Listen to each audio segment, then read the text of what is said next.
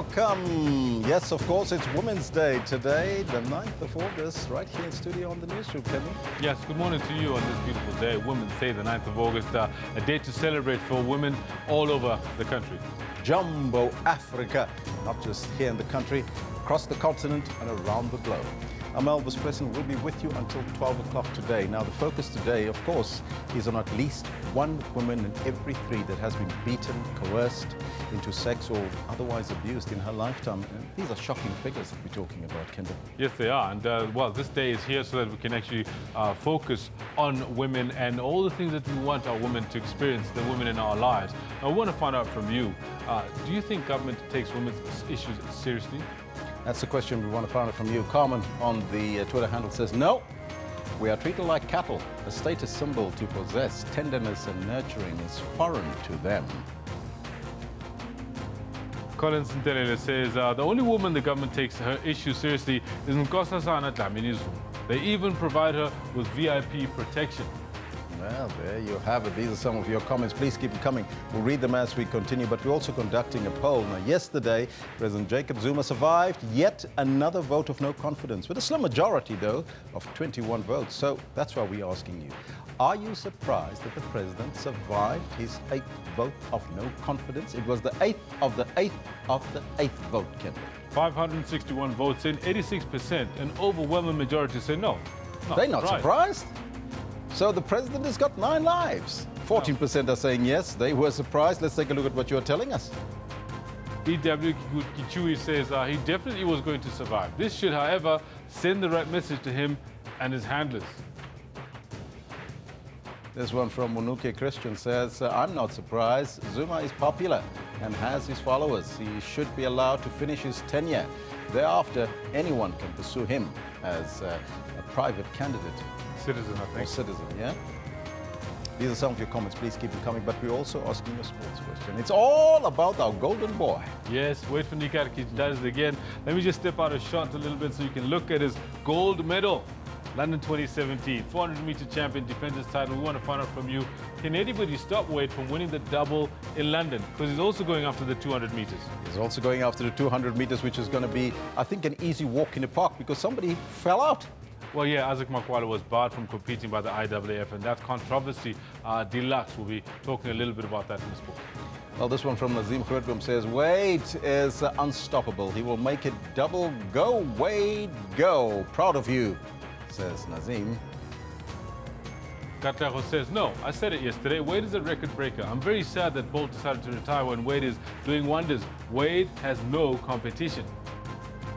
Especially if you take Isaac Makwala out of the running, yeah, there's nobody left. But, you know, there are a few others out there, Isaiah Youngs and so on. So we'll see how that goes. Double gold on the cards. But right now, let's get down to business and take a look at your news headlines.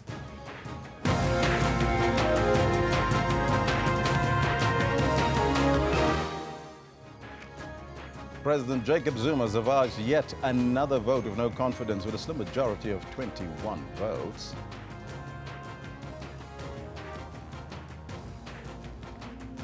And President Jacob Zuma will make his first public official appearance after surviving a motion of no confidence in Parliament last night. And in Kenya, President Uhuru Kenyatta has a clear lead against his rival Raila Odinga with about 85% of the results counted in the country's presidential elections. Now, those are your headlines, but before we get to the news, let's find out from Kendall Makhamate what's happening on the sports front. Elvis, quite a lot happening. The big deal really is about Wade van Niekerk out in London. This man is the real deal. He continues to shine. He continues to do what's expected of him and win gold medals. Phenomenal stuff. Good morning to you. This is what we've got for you from Overnight Sport. The South Africans running well.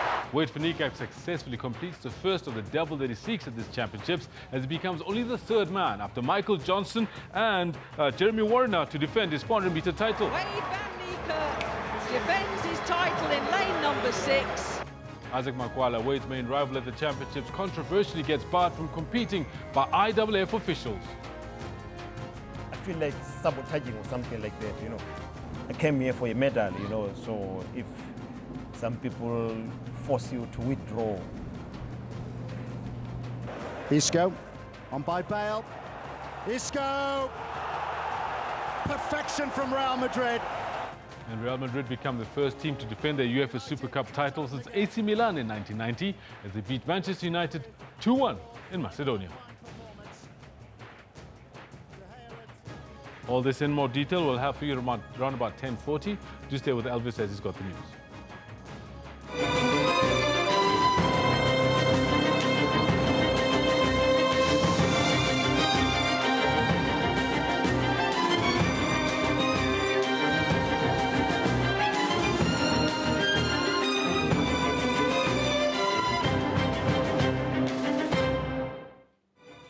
Thank you, Kendall.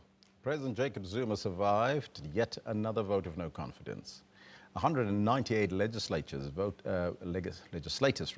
against the motion, while 177 voted for it. Now that left the president with a very slim majority of 21 votes. Meanwhile, the DA leader, Mmusi Maimane, will hold a news conference later today on the way forward following yesterday's failed motion of no confidence. After a day of a tense situation in and outside Parliament, the Speaker of Parliament announced the much-awaited outcome of the secret ballot. The total votes, 384. The yes, 177.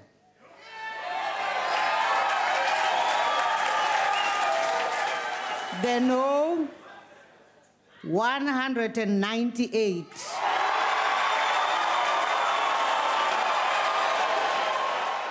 And there were 9 abstentions. And therefore, the motion of no confidence in the president is accordingly negatived. This was the 8th vote of no confidence in President Zuma since he assumed power in 2009. According to opposition leaders, at least 28 ANC lawmakers voted with them. Shortly after the announcement of the results, the rand fell by a percentage point. On his part, President Zuma thanked his supporters and his party's members of parliament. Manelisi Tubase, SABC News, Parliament. Now, President Zuma has slammed opposition parties for trying to unseat him, saying that the governing ANC is undefeatable. Now, he was addressing scores of ANC supporters outside Parliament last night. I've just come to say thank you to all of you. Those comrades who are in Parliament needed the support from the membership and supporters. You came in your numbers to demonstrate that the ANC is there, is powerful, is big, is difficult to defeat the ANC. You can try. I'm sure you'll remember that today the vote of no confidence was number 8. Always they try. Now, President Jacob Zuma says that the opposition party's attempt to try and use what he calls propaganda in an effort to oust him have failed dismally. He has thanked party MPs and supporters for showing loyalty. However, it appears that his legal woes aren't over yet. Now, this is because on the 5th of September, the Constitutional Court will hear the EFF's bid to have the president impeached. The EFF took the Speaker, Baleka Mbete, to court to force Parliament to discipline the president for failing to uphold the Constitution.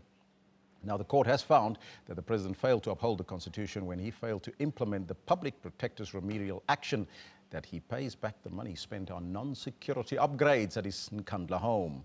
Now, to unpack this legal process, we are joined in studio by Professor Mia Swart, a professor of international law at the University of Johannesburg. Professor, very good morning to you and welcome. Good morning, Pakamile.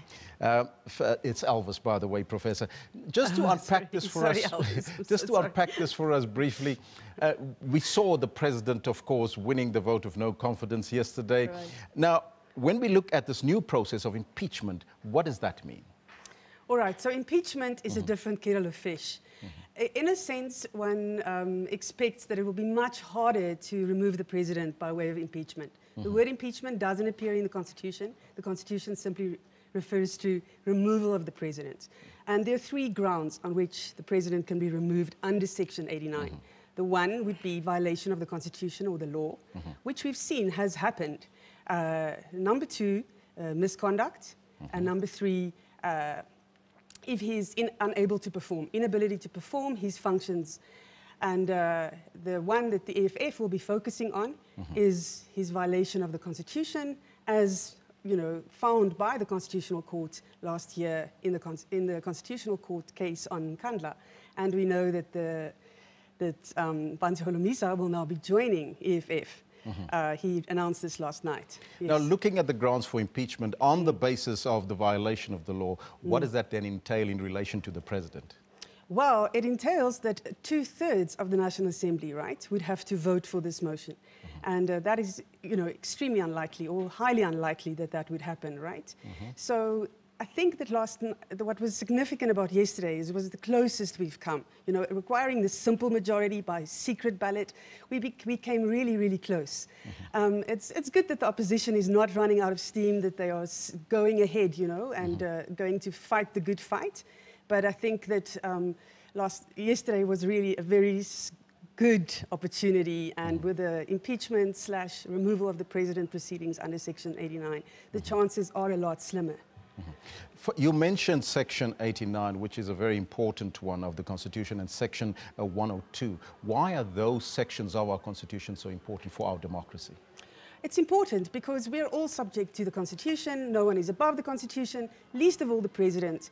And, he should start behaving accordingly. But this is, a way, this is actually the constitutional text reflecting that principle of no one being above the law and providing two very strong, serious mechanisms of removing the president. And I believe that, there could be another motion of no confidence.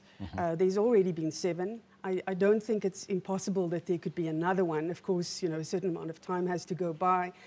And, the opposition parties would have to reflect very carefully on this. But that is still a route to pursue in the future again. Now, the Constitutional Court did rule that the president failed to uphold the Constitution. Now, legal experts are saying that the EFF's Constitutional Court application is cleverly worded. What does that mean exactly, and why is the wording so important, especially when it comes to an impeachment process?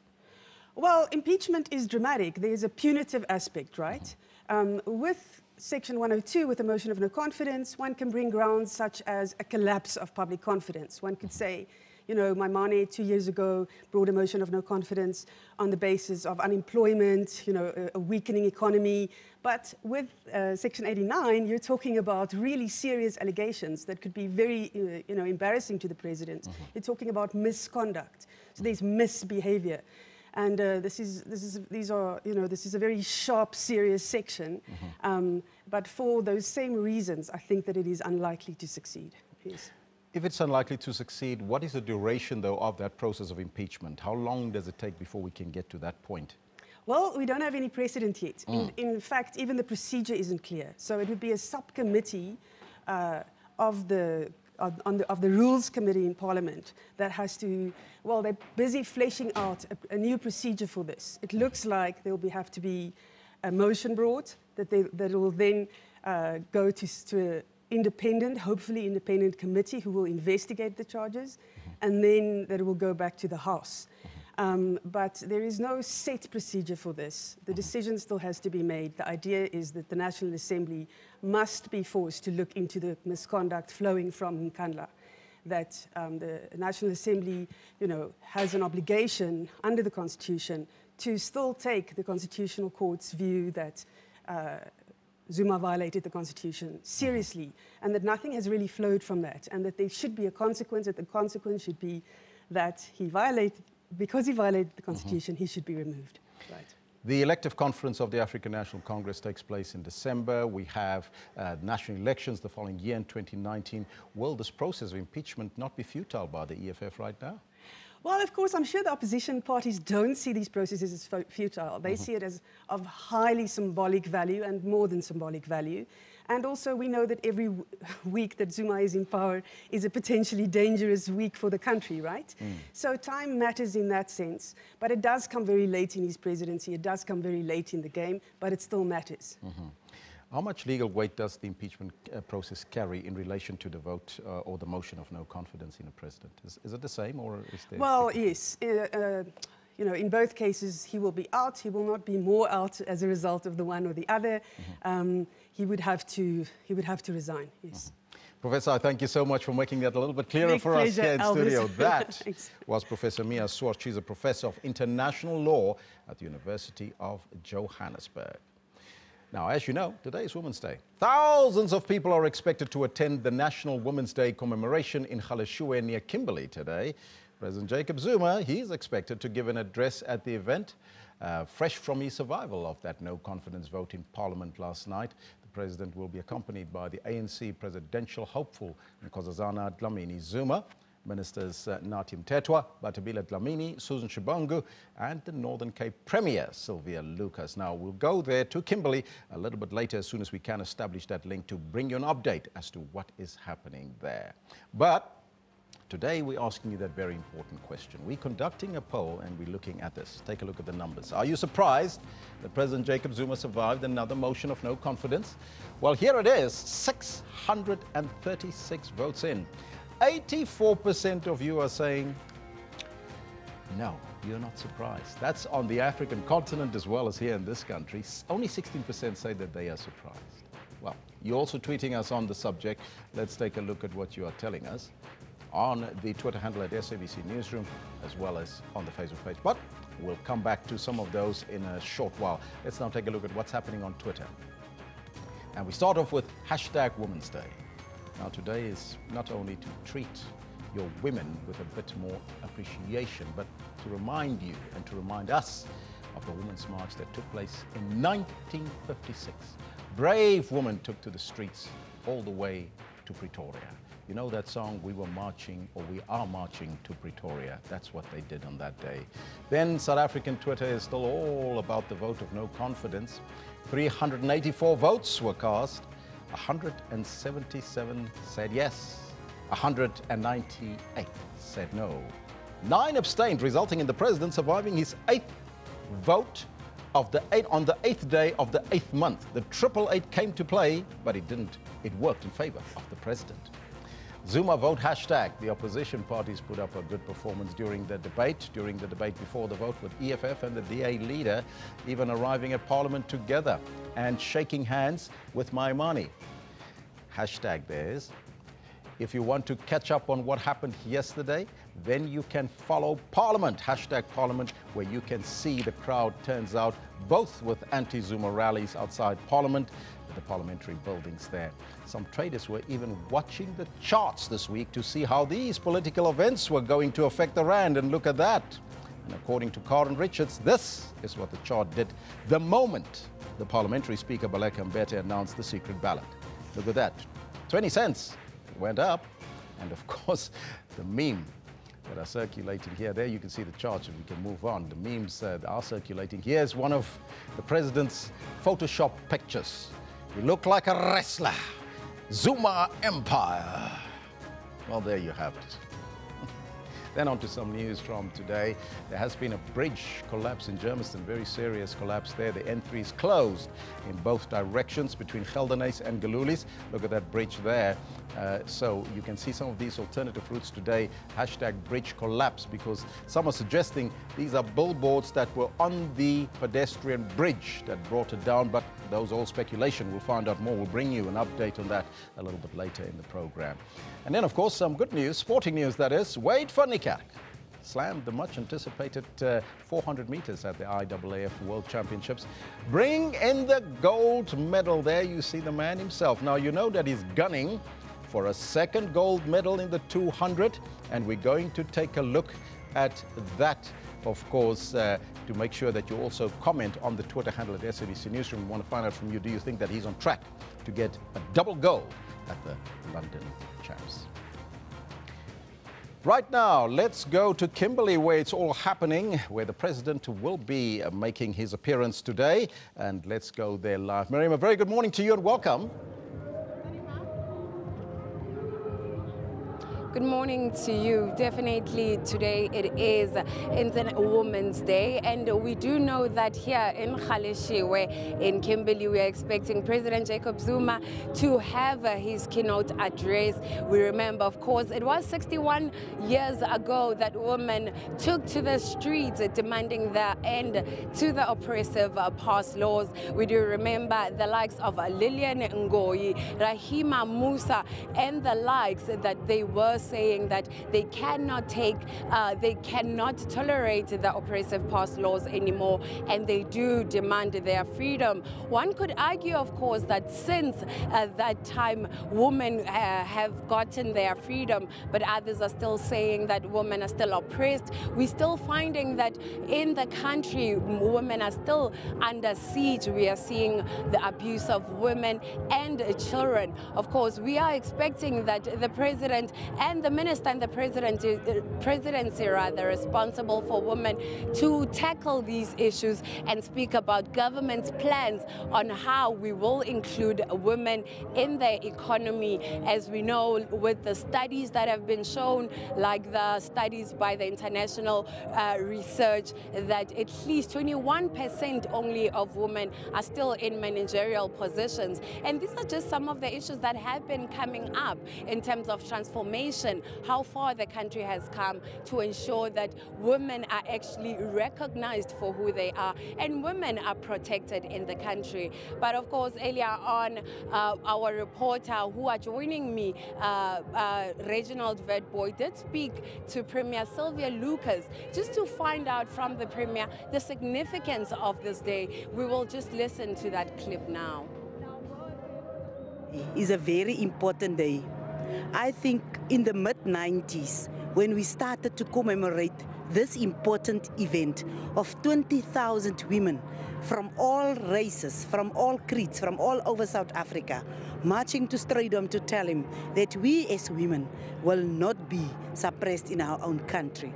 I think this is one of the most important days of the calendar, especially if we look at our patriarchal past, when women was not seen as adults. They were not treated as adults. They were like an extension of men. And today we are standing here and we can say we have made so much stride in empowering women, in developing women, although there is so much more that needs to be done, especially if we look around and we see how the issue of gender-based violence is becoming such an issue, especially in the Northern Cape, but also in the country. I think the past year we have been shocked time and time again on the fact of how women are still being treated in this day and age. And that is making this day even more important, because we as women are striving for an equal and safe society, and we want our democratic government to take us to that point.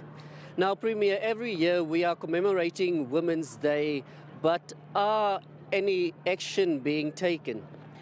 Definitely. I think I will not elaborate on all the achievements that was there for women in the past how many years, because I'm sure the president will cover that in his speech, because I don't think he will do justice if he doesn't cover all the achievements that we did as women. When we started as women to advocate for equal representation, we actually submitted to 33% in all positions, and today we are speaking about 50%. One of the achievements for us as women is the fact that we have a Ministry of Women in the presidency that is especially there to advocate and to lobby for the issues of women. But also, if you look generally in society, you are seeing more and more women taking their places as CEOs, as HODs of departments. You are seeing that there is definitely a change in South Africa in terms of the emancipation and the liberation and development and empowerment of women. So definitely for us as women, we will never be satisfied as long as we are still oppressed by people that are perpetrating violence against us, against the girl child. We will never be satisfied. But what we can say, we can see that there is efforts that are being made, there is strides that are taking place. So we as women, we are generally saying we think the democratic government is on the right road. But the only thing that needs to happen is that in societies, in our villages, in our towns, in our areas, we need to give due recognition to the role of women and to the importance of mothers and women in our society. And of course, as we've heard there from the Premier Sylvia Lucas, explaining to us how far the country has gone in terms of ensuring that women are liberated and they are empowered. But however, I am not alone here for these celebrations. I do have my colleagues Iviwe and Reginald Vedboy who are inside just to give us also what is happening around and what the people are saying from the inside. We'll cross to them right now. Thank you so much, Neria. Well, right here inside where we are, it's a bit loud. Definitely festive and celebrations. Quite a number of people coming through. As already alluded to the fact that, you know, we look at South Africa, we look at the economy, we look at the changes when it comes to job creation and the challenges that are facing women. We find that there are about 30% of companies in South Africa that actually don't have women in their managerial positions. But when we look at governance, when we look at the government, there's over 41% of women that are actually represented within Parliament, and over 50% of those being deputy ministers. That, you know, we're going to look further in terms of what are they actually going to introduce. Neria, let's go back to Neria, to you outside quickly.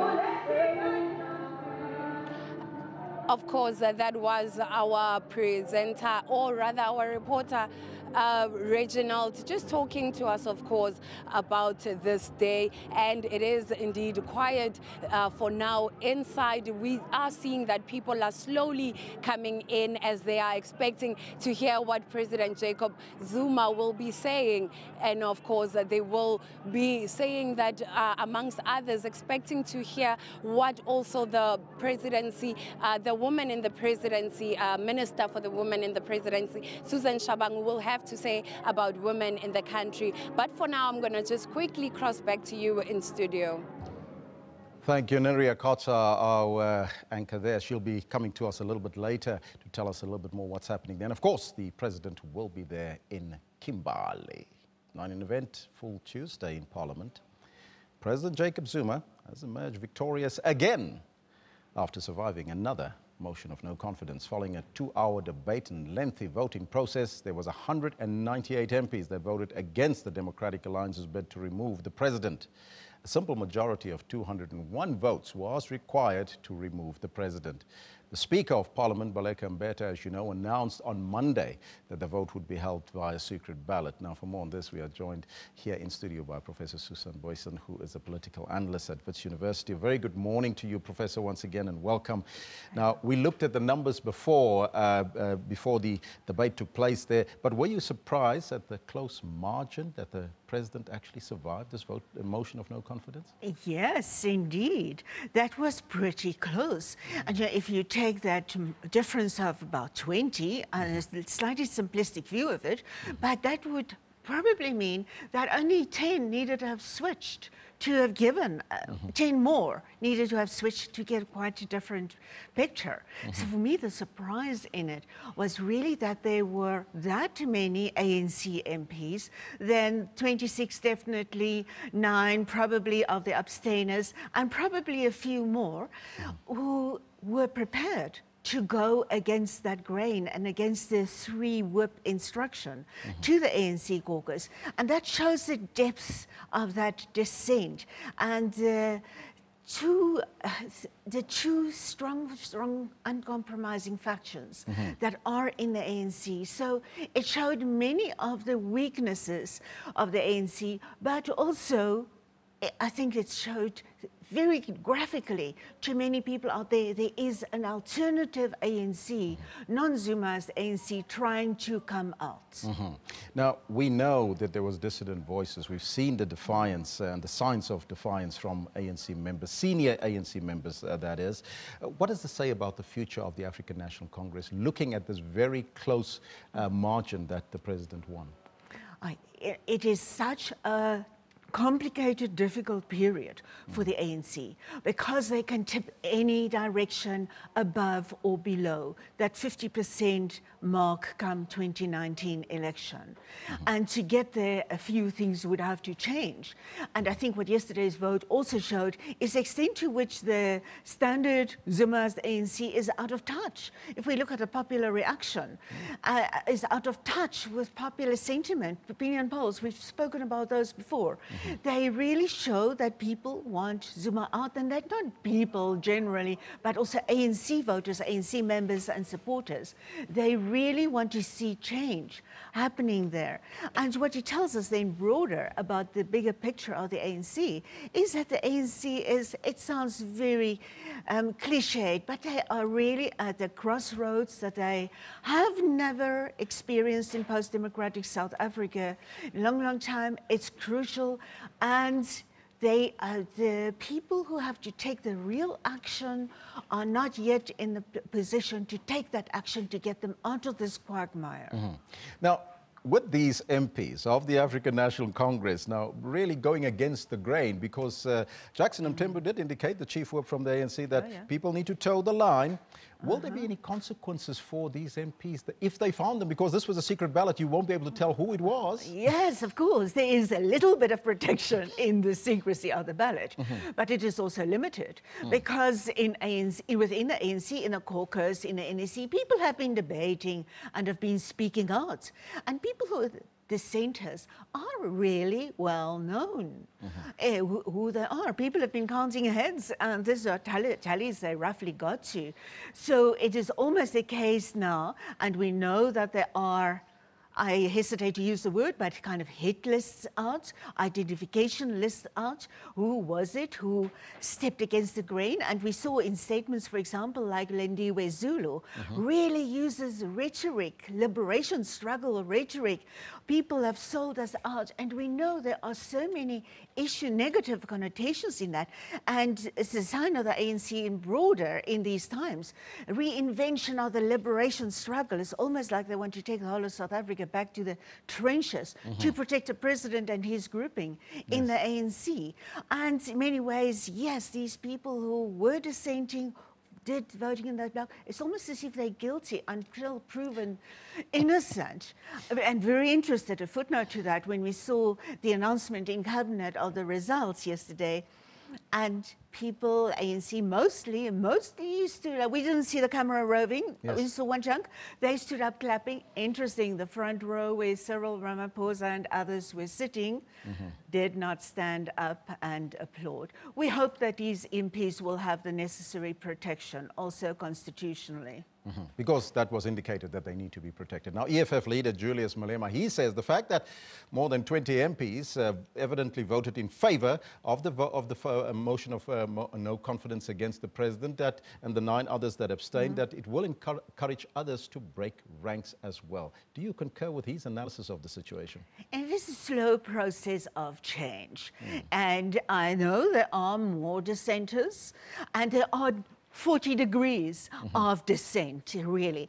But there are more who would be ready to step over and support that grouping in future actions. If I were Zuma, I would look at with trepidation at the possibility of another motion of no confidence.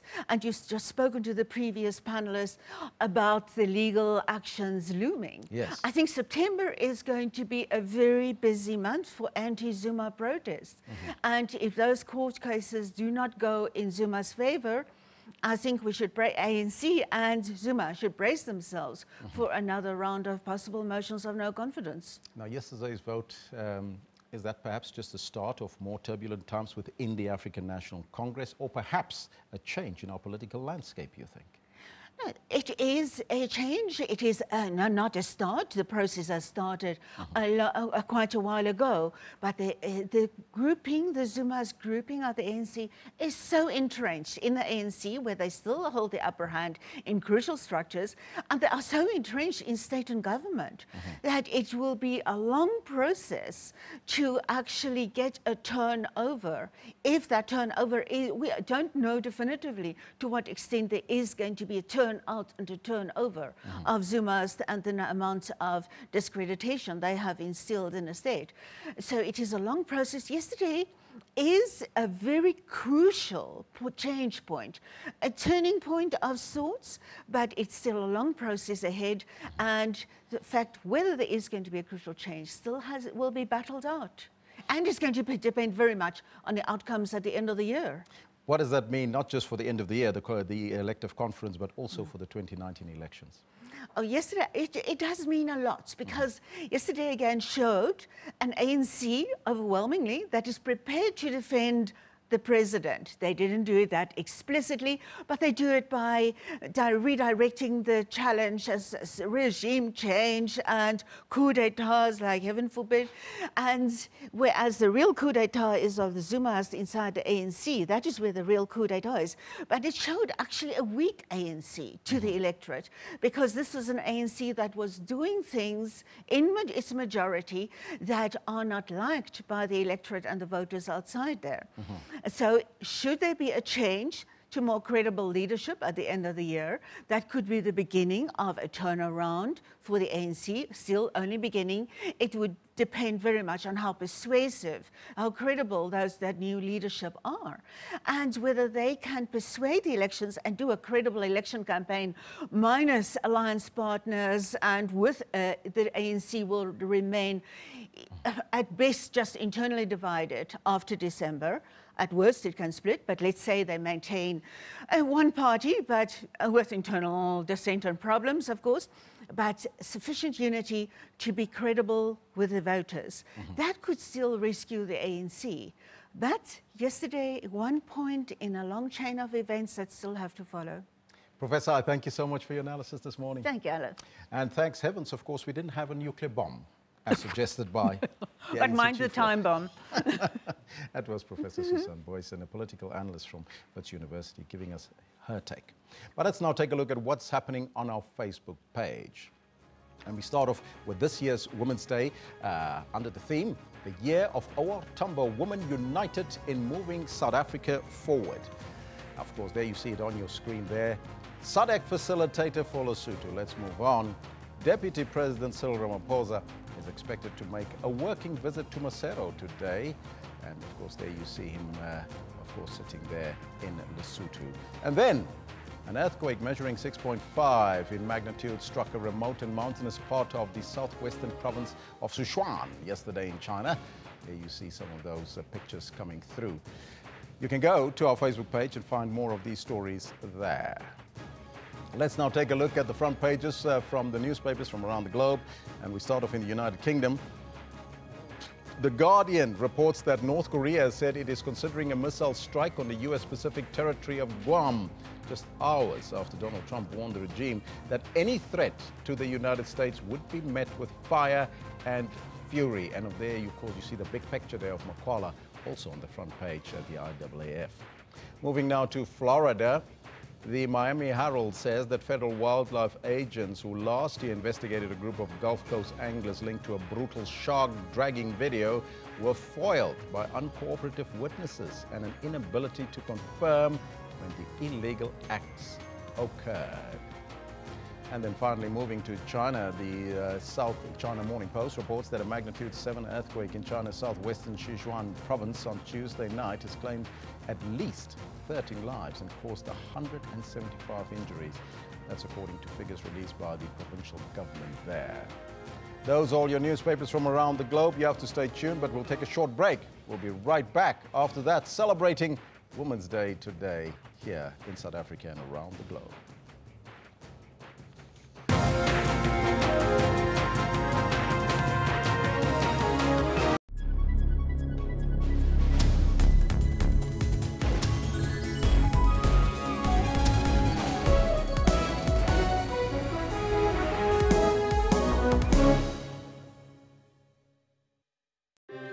What guides us?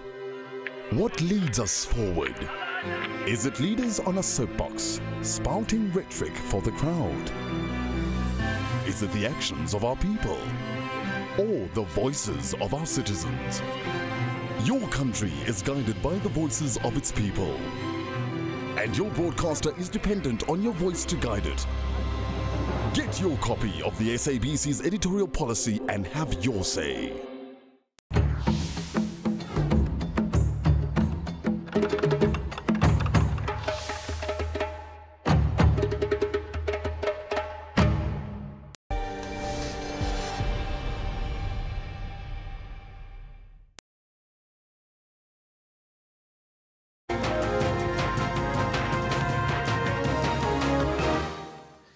Welcome back as we celebrate Women's Month.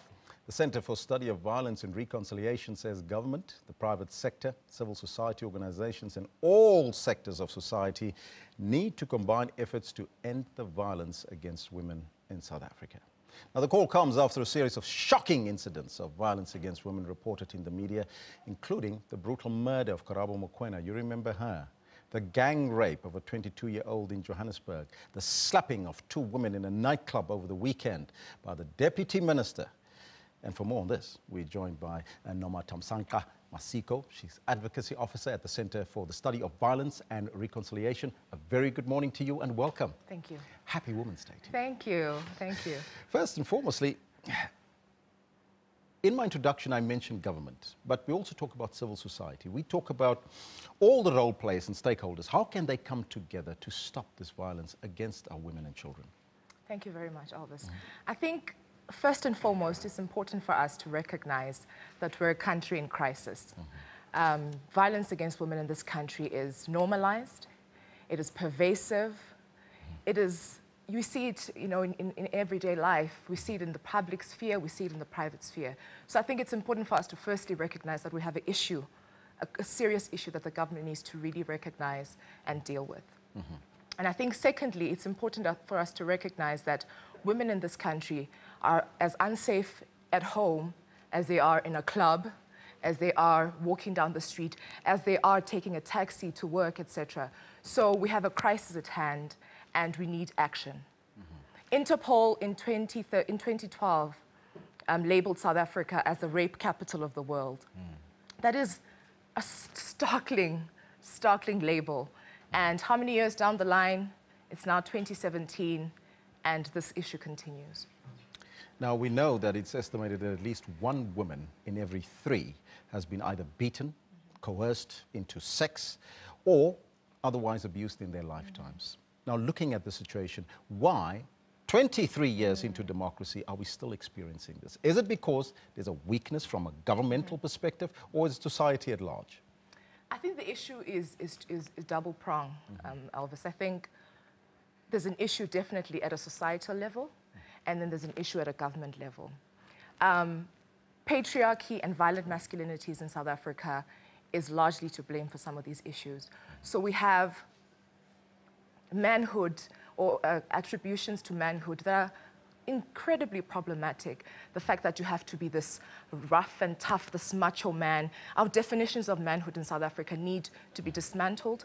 We need to realize that, or really come up collectively with our own definitions of what manhood is about. So when we think of issues of systemic issues of patriarchy, systemic issues of violent masculinities, these are things that need to be challenged in our country. And our call as the Center for the Study of Violence and Reconciliation is that, you know, tackling violence against women needs to happen at all levels of society and from all sectors of society. So we need to see changes happening from an individual level. So as a mother at home, as a father at home, the way I raise my boy children, the way I raise my girl children need to change and reflect the values that we would like in our society.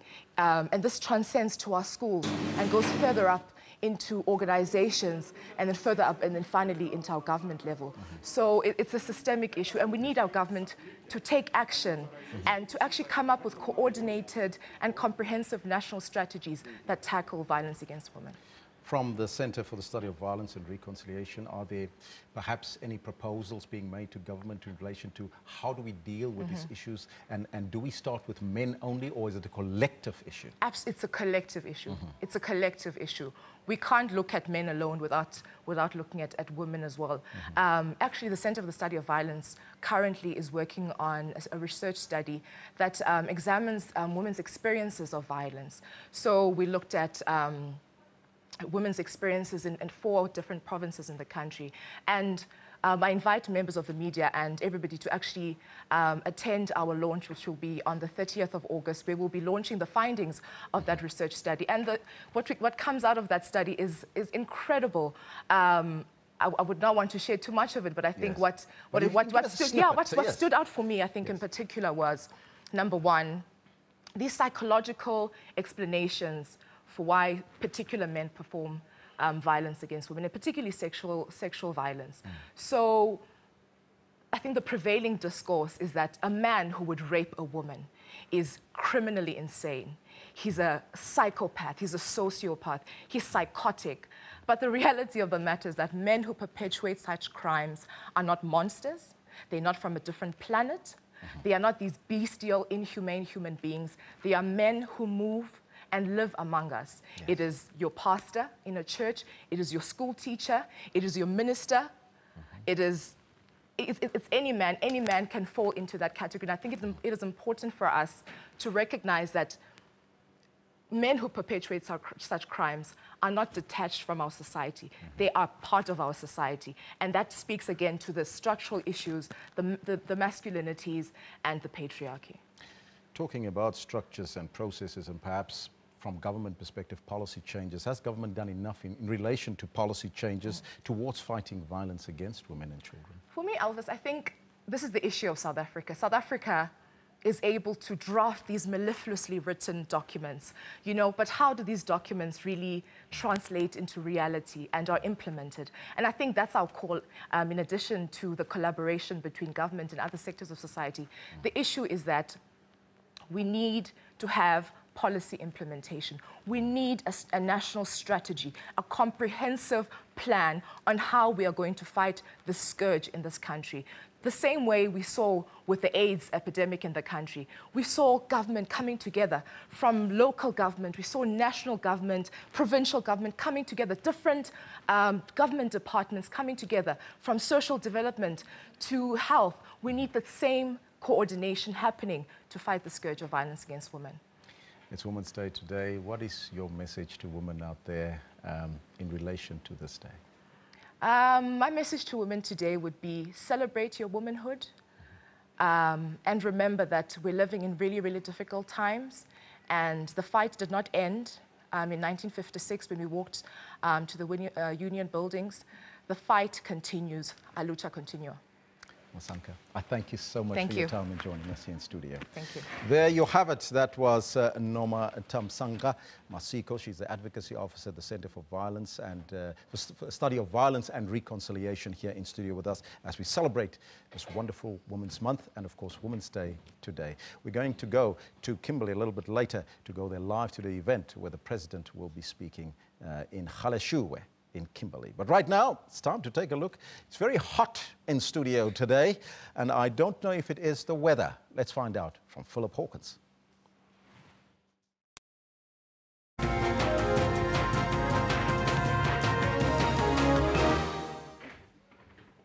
Yeah, thank you so much. Very good morning to you. Let's take a look at what's happening in terms of the weather. Yes, it is rather warm for a winter's day, is it not? Taking a look at South Africa's weather, we can see just a bit of cloud cover over the eastern regions there. But a high-pressure system is dominant in the area. You can see the main high-pressure system just off the southeastern coastline there. We do have a low-pressure system approaching from the southwest, and look what this is going to do to our weather into tomorrow, particularly towards the southwest. It's going to start to bring in just that little bit of cloud cover there. Into the following days, we are expecting rainfall, so that is something to consider. Keep up to date with your weather forecasts there. Clear conditions all the way throughout the rest of southern Africa, excepting, of course, for the eastern coastline. Here we're expecting some low-pressure systems to avail themselves, and of course that is going to lead to some cloud cover. Let's take a look at those temperatures. As I said, a warm winter's day forecast for South Africa. Dar 24 degrees Celsius, PE 23, Durban 25, and temperatures up to 23 in Pretoria as well. The sun is shining through most of South Africa. We might just see a little bit of cloud cover coming into the eastern parts of the country. But other than that, we see clear skies forecast for most of our neighboring states there. Windhoek peaks at 26 degrees, Gaborone 26 as well. Harare peaks at 22 degrees. And of course, if you're going to be along that eastern coastline, do expect a little bit of rainfall, do expect some cloud cover. Temperatures though, nice and warm, 24 to 28 throughout Mozambique, at least for its major cities. Now, taking a look along the coastlines here around Antananarivo, 25 degrees Celsius there, the capital of Madagascar. Taking a look at the island regions, we do see nice warm temperatures as well, 27 to 29 degrees. Lots of sunshine forecast for today, even in Moroni and Victoria there. These areas expecting just a bit of cloud cover to pass by. Now, we do expect some cloud cover and indeed some rainfall as well as we look towards Central Africa here. Bangui peaks at 28 degrees, Libreville 25. Temperatures in Kampala and Nairobi are 23 degrees, and we're expecting some showers and passing storms in these areas as well. Of course, south of that, not too much rainfall at all. That rainfall extends for the most part further north.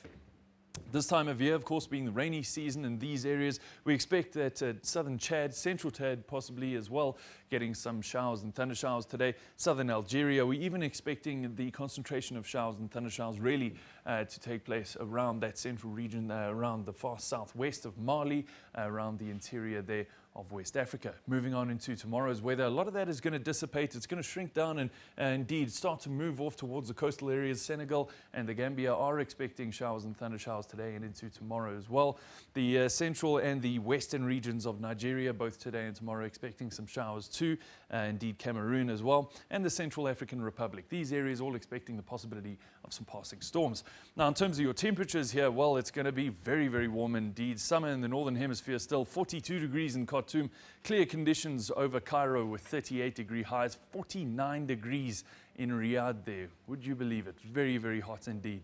Now, Tunis peaks at 39 degrees with sunshine. The cloud cover starts as we move west of that. Rabat, 24 degrees with partly cloudy skies. And indeed, a lot of rainfall is forecast for the region today as well. We saw that in our map. And, of course, we're seeing that playing itself out here as well. We're seeing quite a lot of showers and thunder showers. That, of course, is where we leave your weather for now. Stay tuned with SABC News.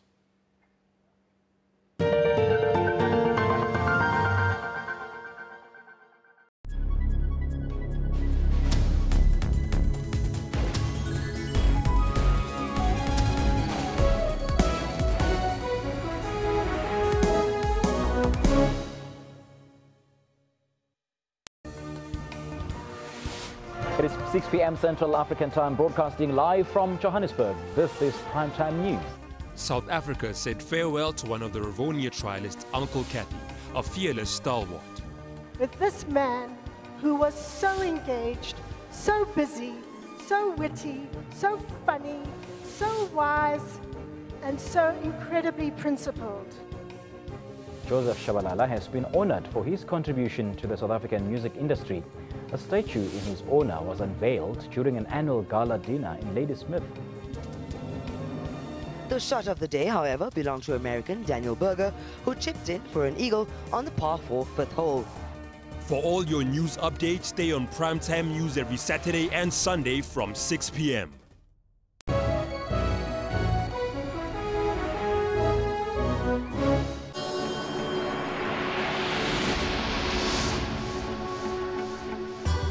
Cape Town, a South African coastal city not only home to millions of people of different cultures and traditions, but is also a melting pot for a variety of flora and fauna. Approximately 1,400 kilometers northeast of Cape Town lies Soweto, a township suburb of Johannesburg. Although in the same country, these two South African cities are almost complete opposites in terms of climate, vegetation and culture. Soweto is a summer rainfall district with average temperatures in summer between 26 and 30 degrees Celsius. It is generally dry, hot and made up of much of high-fall grassland vegetation. At the opposite end, Cape Town's majestic Table Mountain alone has over 2,000 types of fynbos species, more than that in the entire United Kingdom. The city and much of Cape Town owes its phenomenal biodiversity to its Mediterranean climatic conditions. The winters are usually wet and cool with average temperatures of 13 degrees Celsius. Summers are dry and warm with an average high of 25 degrees Celsius. Recently, however, scientific research has indicated that the average summer temperatures in Cape Town are on the rise as a result of carbon emissions. Based on climatic analysis performed by Climate Central, a generally cool city such as Cape Town could experience much warmer temperatures as experienced in Soweto. Using a concept known as shifting cities, Climate Central and indeed researchers from South African Weather Service agree that unless emissions are drastically reduced, Cape Town's average summer temperature could be similar to those of Maseru in Lesotho at 28.3 degrees Celsius. If they are, however, not reduced, they could be similar to those of Soweto at 29.56 degrees Celsius by the end of the century. With these increments, it is very likely that weather patterns will shift to more intense and frequent drought periods, interspaced with short periods of flash floods, gale force winds, and more wildfires. Cape Town is already experiencing some of these severe conditions at its current average temperatures. Some of the worst fears are that droughts are likely to be more severe, frequent, and last longer. This poses major risks to food securities and economic opportunities. Decreased rainfall along with rising temperatures could lead to severe water shortages in a region already prone to frequent droughts. Over the last 40 years have been about 9 winters with rainfall well below expected average. This will lead to even lower dam levels and shortages of fresh drinking water. Furthermore, increased temperatures in association with drier conditions and wind may increase the incidence of wildfires. Even at current temperature levels, raging fires destroy crops, cattle, and have claimed a staggering number of human lives. The cost of keeping livestock and domestic animals may increase as the need for more water and cooling may increase. One needs to bear in mind that most of these disasters are already taking place at current average temperatures levels of 26.6 degrees Celsius. Imagine how much worse these disasters could get at 29.8 degrees Celsius a little less than 100 years from now.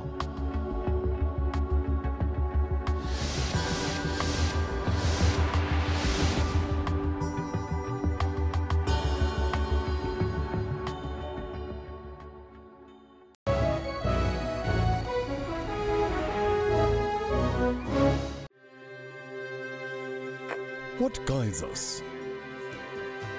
Is it something you can see? We need deliverance from sin, because God never Hear? carry on working to spread the message Feel? to the whole world. Or touch? What leads us onto greater experiences? Is it the words of our sacred texts? The advice of our elders? Or is it the actions of our people? The strength of our beliefs? Or the voices of our citizens? Your country is guided by the voices of its people, and your broadcaster is dependent on your voice to guide it. Get your copy of the SABC's editorial policy and have your say.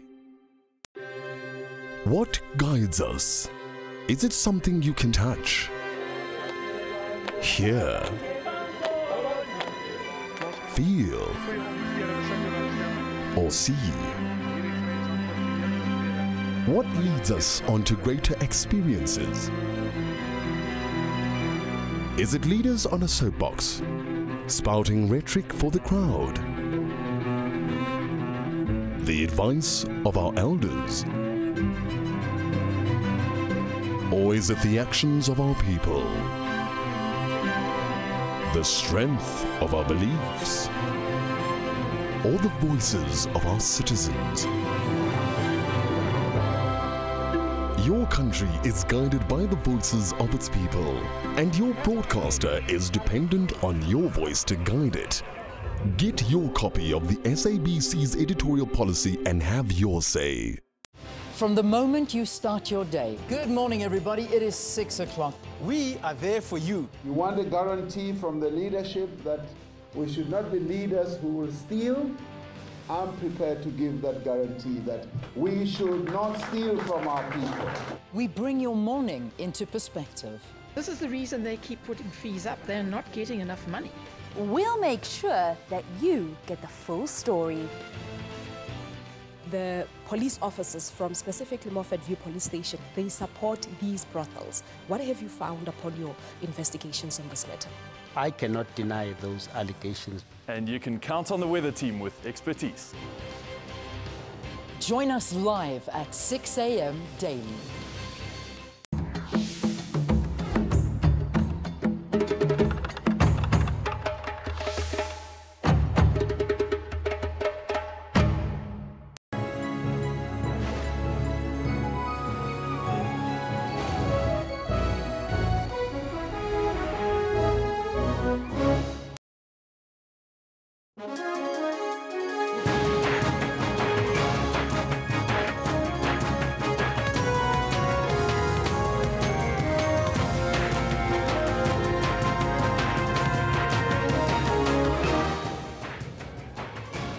It's 10:00 hours Central African time here on the Newsroom, Jumbo Africa. I'm Elvis Preslin. I'm Kendall Makhamad. We're celebrating Women's Day today, and of course we're going to go to Kimberley in a short while live there. But today the focus is on at least one in every 3 women that has either been beaten, coerced into sex, or otherwise abused. Yeah, absolutely. It's a terrible state of affairs that we find ourselves in as people of this country and all this world. But we want to find out from you, bring it home here. Do you think government takes women's issues seriously? That's the question we pose to you. Let's take a look at what you are telling us on the Twitter handle at SABC Newsroom, as well as on the Facebook page. Well, Nazim comes in with, no, they don't. Some of them are still abusing women. We all know. Yes. Katlejo says no. Only the talking done. Even today, the president will talk. Women have serious issues from protection, sanitary opportunities, and they are not taken seriously. Those are some of your comments. Please keep them coming. We'll read them as we continue. But we're also conducting a poll on the President Jacob Zuma, who yesterday survived another vote of no confidence. Slow majority, though, 21 votes, Kendall. Yeah, no, it seems a few more have skipped the line and gone over to the opposition side, at least on this particular vote.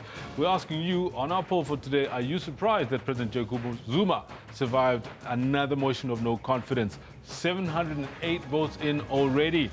And the majority of you, 85% that is in South Africa and on the continent, are suggesting you were not surprised that the president actually won that motion of no confidence against him.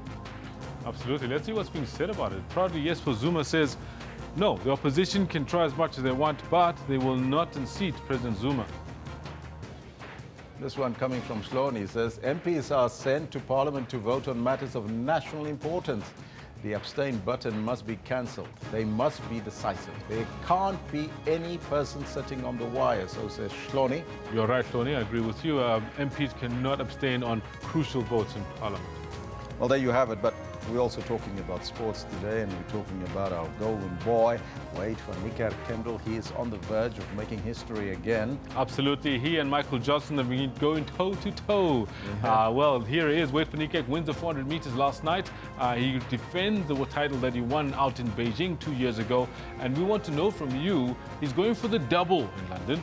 Will anyone stop Wade from winning the 200 meters as well in London? Onuke says, well, he's unstoppable, very focused, and a winner in any day. He's not a bunch of losers, says Onuke. He's a ride-on guy. Absolutely. And Collins Ntelele says, I don't see anyone coming near him. The man is on fire, and so dignified at it as well, isn't he? There you have it. The man is on fire. That man is on fire. But before we get there, let's get to your headlines before we get to the sports weekend.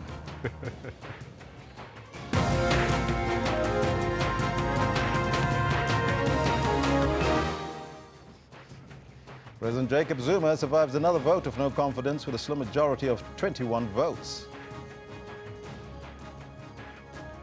And President Jacob Zuma makes his first public official appearance after surviving a motion of no confidence in Parliament last night. And further afield, President Uhuru Kenyatta has a clear lead against his rival Raila Odinga with about 85% of the results counted.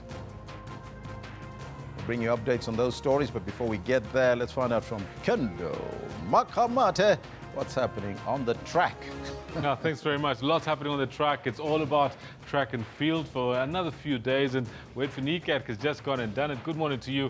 This is what we've got for you in the sports today. The South Africans running well.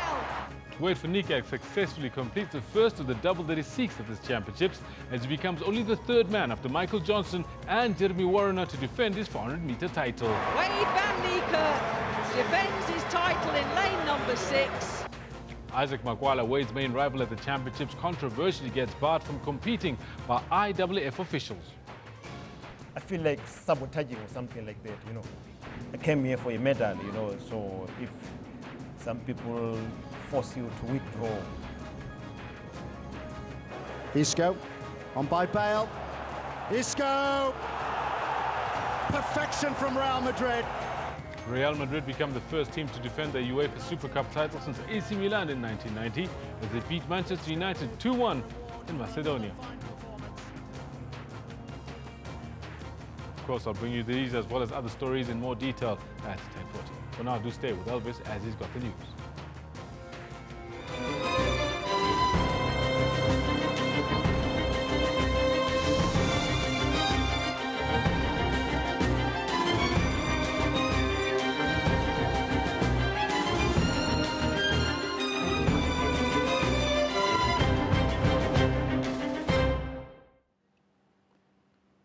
President Jacob Zuma has survived another vote of no confidence. 198 legislatures voted against the motion, while 177 voted for it. That left the president with a slim majority of only 21 votes. Meanwhile, the DA leader Mmusi Maimane will hold a news conference later today on the way forward following yesterday's defeat on the motion of no confidence against the president. After a day of a tense situation in and outside Parliament, the Speaker of Parliament announced the much-awaited outcome of the secret ballot. The total votes, 384. The yes, 177.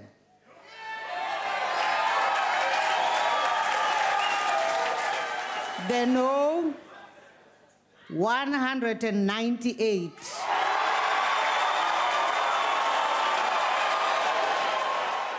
And there were 9 abstentions. And therefore, the motion of no confidence in the president is accordingly negatived.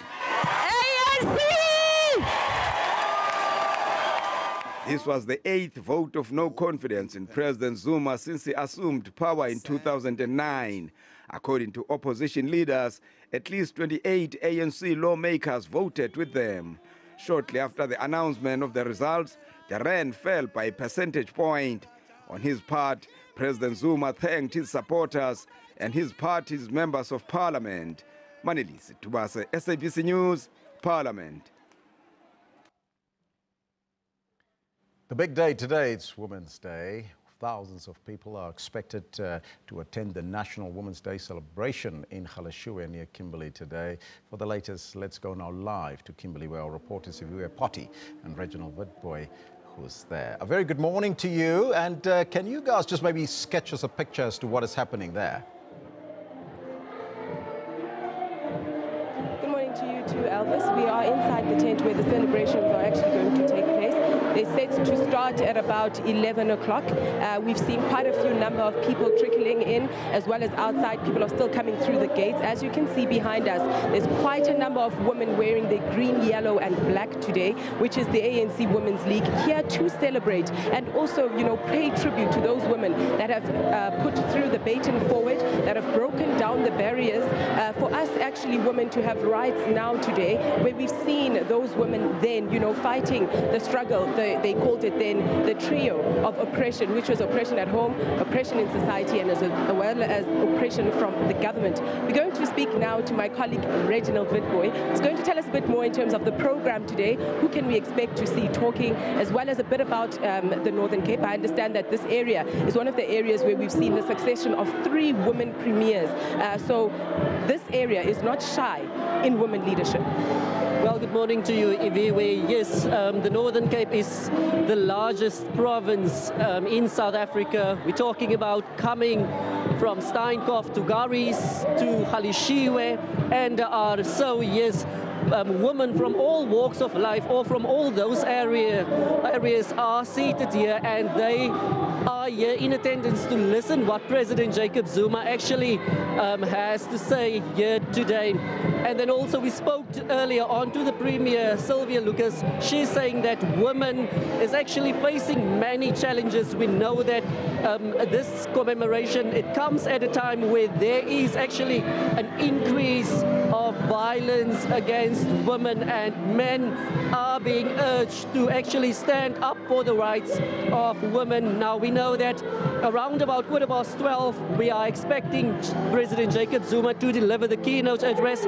Among the officials that will be attending this event is Arts and Culture Minister Nathi Mthethwa, also ANC presidential hopeful and former African Union chairperson, Dr. Nkosazana Dlamini Zuma. But as we can see, many people are being seated and many are still making their way into the stadium here, Iviwe. All right, then there we have it, that this area is an area where there's a lot of women prominence. We're going to cross now outside to our fellow reporter, Neria, who's speaking to the Social Development Minister, Batabile Dlamini, where we've also already heard that, you know, this year we celebrate Women's Day when women are actually under a lot of attack when it comes to violence at home. There's about 40% of men, according to medical studies, that, you know, are actually abusing women, and almost 3 women in South Africa die every day at the hands of their intimate partners. But let's hear what Neria and the minister had to say. Minister, I mean, it's been 61 years since women marched to the union buildings, of course, against the oppressive past laws. But we're still seeing women being abused even now. What is it that the government is not doing right, or what do we still need to do, according to you? Violence against women and children is a societal issue. It's almost the people that are close to women that abuse them. And therefore, this means that we must work together. But also, women must stop politicizing this issue. We must have a common platform of action as women to fight violence against women. And South Africans must be taught to respect women, whoever they are and wherever they are, and accept us as we are. And one other thing that we've raised for the coming conference of the ANC is the issue of the value chain that addresses the issues of violence against women and children. The coordination, the minimum sentence is too low. We've said it must go up high there so that it does not become easy for people to kill women and then get a parole. But also, we are saying the time has come for South Africans to know that women are very important in the society. And of course, speaking of the importance of women, we do know that as August, we saw an unfortunate incident by the Deputy Minister, Manana, where he was even shown on video beating up a woman at a nightclub in Johannesburg. What is your view on such incidences? Should we still be having such incidences, especially from someone like the Deputy Minister who is of authority? Not at all, because we are not going to afford politicians that abuse women and then think the Women's League is going to put its head in the sand. We, as from now, everyone who wants to be the leader of the ANC must have a clean record when it comes to the issues of women. If you know you have your baggage, don't try. Because if we don't fight stronger on this issue, men are going to continuously learn from the leaders, because that is what they want people to emulate from them. And of course, one thing also that we can touch base on, which has been making waves since the beginning of the year, woman president. Is the country ready for one? We've seen hopefuls already coming out. We've seen Lindiwe Sisulu. We've also heard Baleka Mbete also hoping to be the president. Are we really ready, or are we looking for a specific person to be a woman president? The Women's League has pronounced. We looked at the track record and commitment and someone who grew up organically within the ranks of the organization. The generation of Steve Bantu Biko. we've looked at Comrade Nkosazana Dlamini Zuma as our face of the campaign and as our potential candidate. But we are happy that for the first time, though other women have been saying that they are not standing as women, they had to wait for our pronouncement to get out and be seen. So, okay, let everyone stand, but as the Women's League, we've made our choice. And one other thing, women have always been in the struggle. You look at Charlotte Maxeke, you look at Marihol Xuma, you look at Nomzamo Mandela, you look at Mashope, you look at Lilian Ngoyi, you look at Adam Twana. That was the caliber of presidency. They could work toe-to-toe with the leadership of the ANC in the same trenches. And therefore, we are not being given a present. It's just that we are saying 105 years is an indictment on the ANC. Let's move on. Let's be seen on the issues of equality and non-sexism through action. Well, there we've had it. The Minister of Social Development, Matabile Dlamini, saying, you know, a lot more needs to be done to ensure that we protect women in society. We also hope to see leaders in especially the women's sphere speaking towards, you know, the succession of women towards business and as well as Parliament. You will also remember that in Parliament, only 41% of the cabinet is actually women and almost 50% that being deputies. But for now, Elvis, we're going to cross back to you in studio.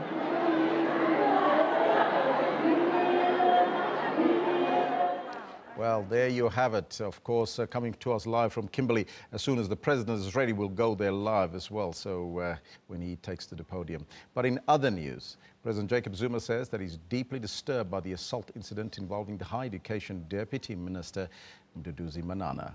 A case of assault has been opened against Manana after he allegedly assaulted 2 women at a Johannesburg nightclub.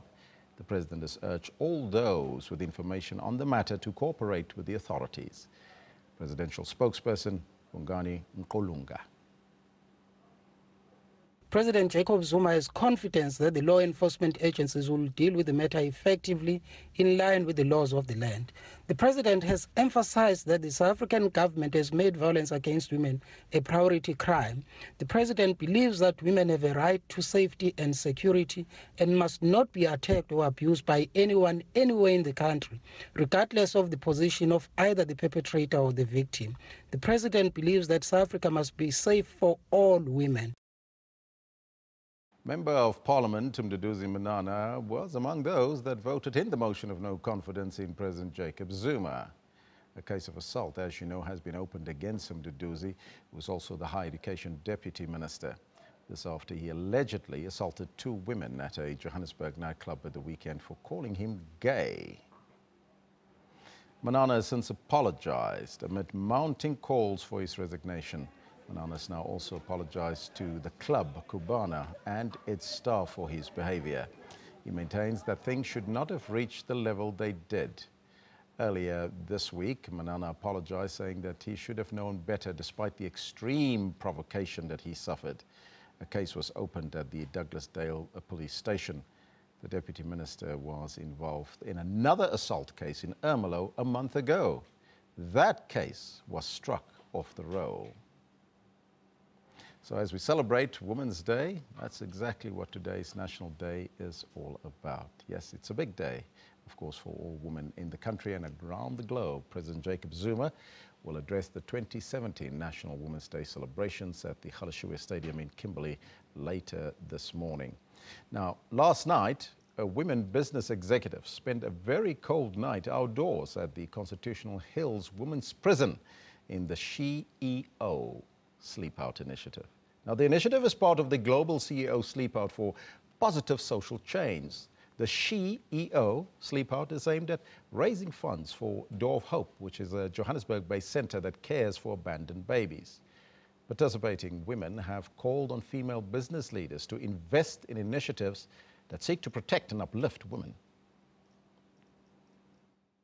What is really quite concerning is that the amount of money according to the most recent trialogue report, that the corporate sector is giving to NGOs is also declining. And the amount of money being given to government is increasing, which may have to do with the money that is being put into bursaries and scholarships. But why this is a problem is because there is already so little money going into these services. You need to bear in mind that the bulk of these services, the overwhelming bulk of services to women who experience violence, come from the NGO sector. They are not provided by government. And when international support is declining, at the same time as CSI support is declining, as is government support, you are reducing the amount of money and the safety that can be made available to women. Now, a recent report release reveals that women are still being treated unfairly at work and at home, even though the topic by now should have reached maturity. According to a professor from the University of Stellenbosch Business School and editor of the 2017 SABC report, Fairness in Relation to Work at Work, Anita Bosch says that the underlying issue of power is the main driving force behind structural inequality. And for more on this, we're joined in studio by Dr. Malaya Malka, who is a postdoctoral research fellow at the University of Pretoria. Doctor, very good morning to you and welcome. Good morning, Elvis. Now, you would know that Nelson Mandela was a great feminist. Now, he said, and I quote, that as long as outmoded ways of thinking prevent women from making meaningful contributions to society, progress will be slow. As long as the nation refuses to acknowledge the equal role of more than half of itself, it is doomed to failure. Now, bearing in mind what he had said, what is the current status of women in this particular country in relation to economic emancipation? I think a very important point, and obviously here as we're celebrating Women's Day, it's important to look at the progress we've made as well as where we're going to from a future point of view. According to recent stats from the quarterly labour force study of the last quarter from April through to June 2017, we've got 18.8 million women who are eligible for working in the workforce. But yet in the labour force, we only have 10 million of those working and 7 million employed and 3 million unemployed, with the balance being termed as economically inactive, so whether they're unable to work or for whatever other reasons. But the big challenge is that we find that women in the workforce are earning less than men for doing work of equivalent value, which is still the case, even though we've got legislation in place, and that on average is approximately 23% less. We also see that there is a lower proportion of women actively in the workforce in comparison to men. So we've got 54% of women in the labour force, but whereas we look at the male contingent, we've got 66% of men operating in the labour force. Then, importantly, I think it's also about looking at what we're looking at from a senior leadership perspective. Grant Thornton, for the last 13 years, have been doing a study looking at senior representation of women. And what we have seen in those last 13 years, though small, we have seen a 6% increase. So as we stand in their 2017 study, 1 in every 4 women globally is in senior management, so 25%. On a South African and African perspective, we see more promising results in terms of 29% of women moving through, which is a 1% increase from 2016. Still not enough, but at least it's heading towards the right direction. What was concerning, though, in the report was looking at companies where there is no representation of women in senior level. So this started, and incidentally, unfortunately, between 2016 and 2017, there was a 1% dip going from 33% to 34% in terms of that. What we have to see, though, is that within the work environment, it's not a case of women taking work away from men. It's about being able to increase and contribute to the economy. So rather than having this shrinking pie, we see cases of growing the pie and having more contribution. But why do you think is there still the structural inequalities that we do see in the workplace, especially when it comes to women? Unfortunately, a lot of it, and I was listening to your conversation with an earlier guest this morning, is we're still dealing with issues of patriarchy. So within the work environment, you may have all of this fantastic legislation, you've got someone who you can go and report an incident to, but what happens when you go home? Yes. You don't have that in place. You've got pervasive stereotypes that are coming through, whether it is in the family environment of what your expectations are as a woman in society, and from what mothers have gone through, what they've passed on to daughters who've inherited this as a way of culture. So there has got to be a balance between negotiating culture and conforming to those traditional norms, and still being able to be a valid contributing member of society. So what do we then do, Doctor? How do we change this, and how do we improve the number of women occupying leadership roles, especially in listed companies, JSE companies and so forth?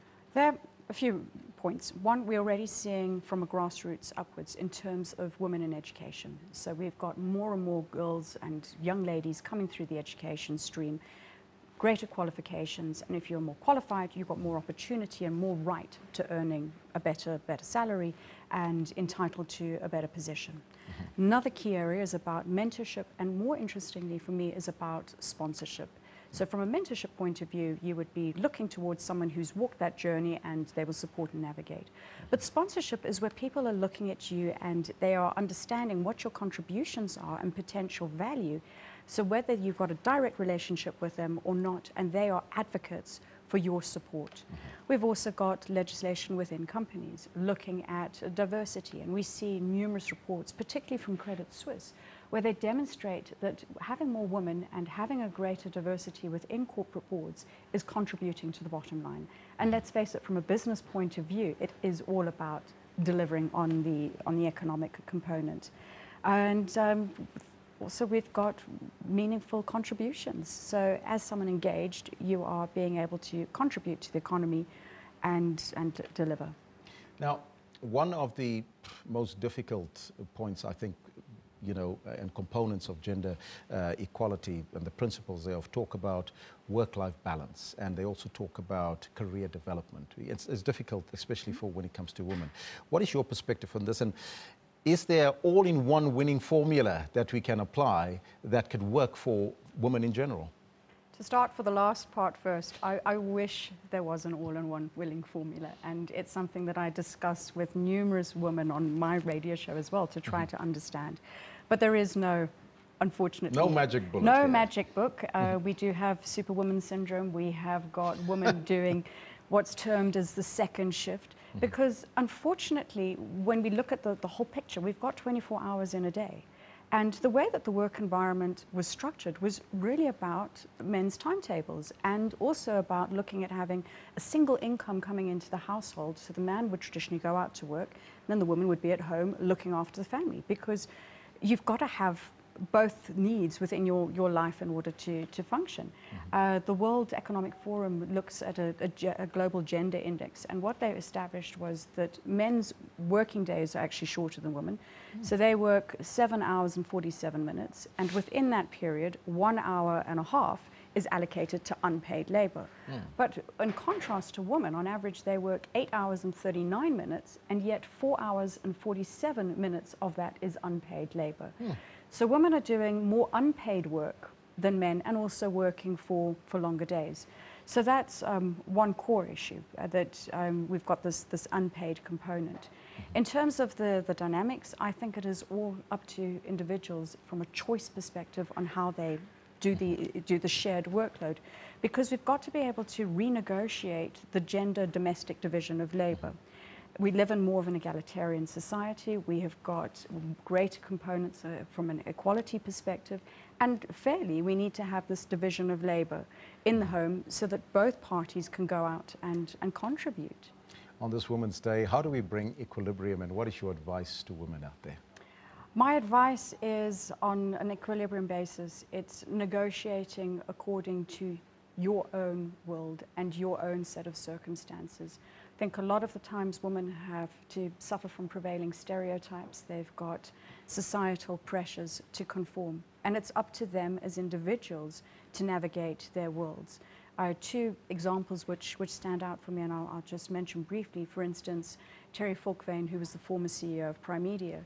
So in her space, she and her husband agreed that she would be the breadwinner and he would stay at home and look after the children. And she said that worked for them, but they had to deal with stereotypes coming through from society. Another instance is Dr. Evelyn Mushekwa, who is head of urology at Steve Biko Academic Hospital. Now, urology is very much a male domain dominated field. But yet she navigates this and she operates with a fine blend between looking at contributing to culture, maintaining aspects of culture, and letting components go. Culture is dynamic, and we live in a world which is constantly evolving, and it's up to us to take the good aspects and eradicate the bad. Dr. Thank you so much for your time, and happy Women's Day to Happy you. Women's Day. Thank you. That was Dr. Amelia Malka, of course, sitting in studio with us and talking to us about this very important day. It's your day today. If you're a woman out there, it's your day. Now, she is a postdoctoral research fellow at the University of Pretoria. Now, we'll take a short break. We'll be right back after that. And, of course, we go live to the event in Kimberley where we're celebrating Women's Day with the President.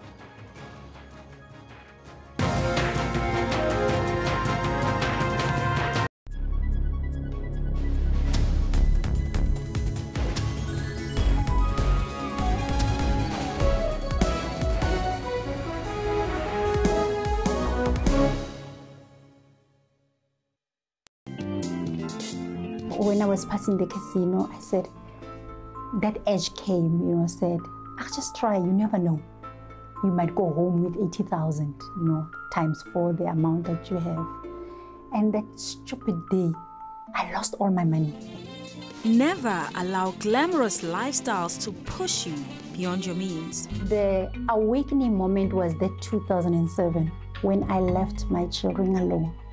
I realized this is hurting me. Ask for professional help if gambling is controlling you. Know when to stop. I faced reality that, what, for you there's no quick reach, so you just have to work hard. So it's gone. For all your uplifting stories, catch Bupilong every Friday at 17:30.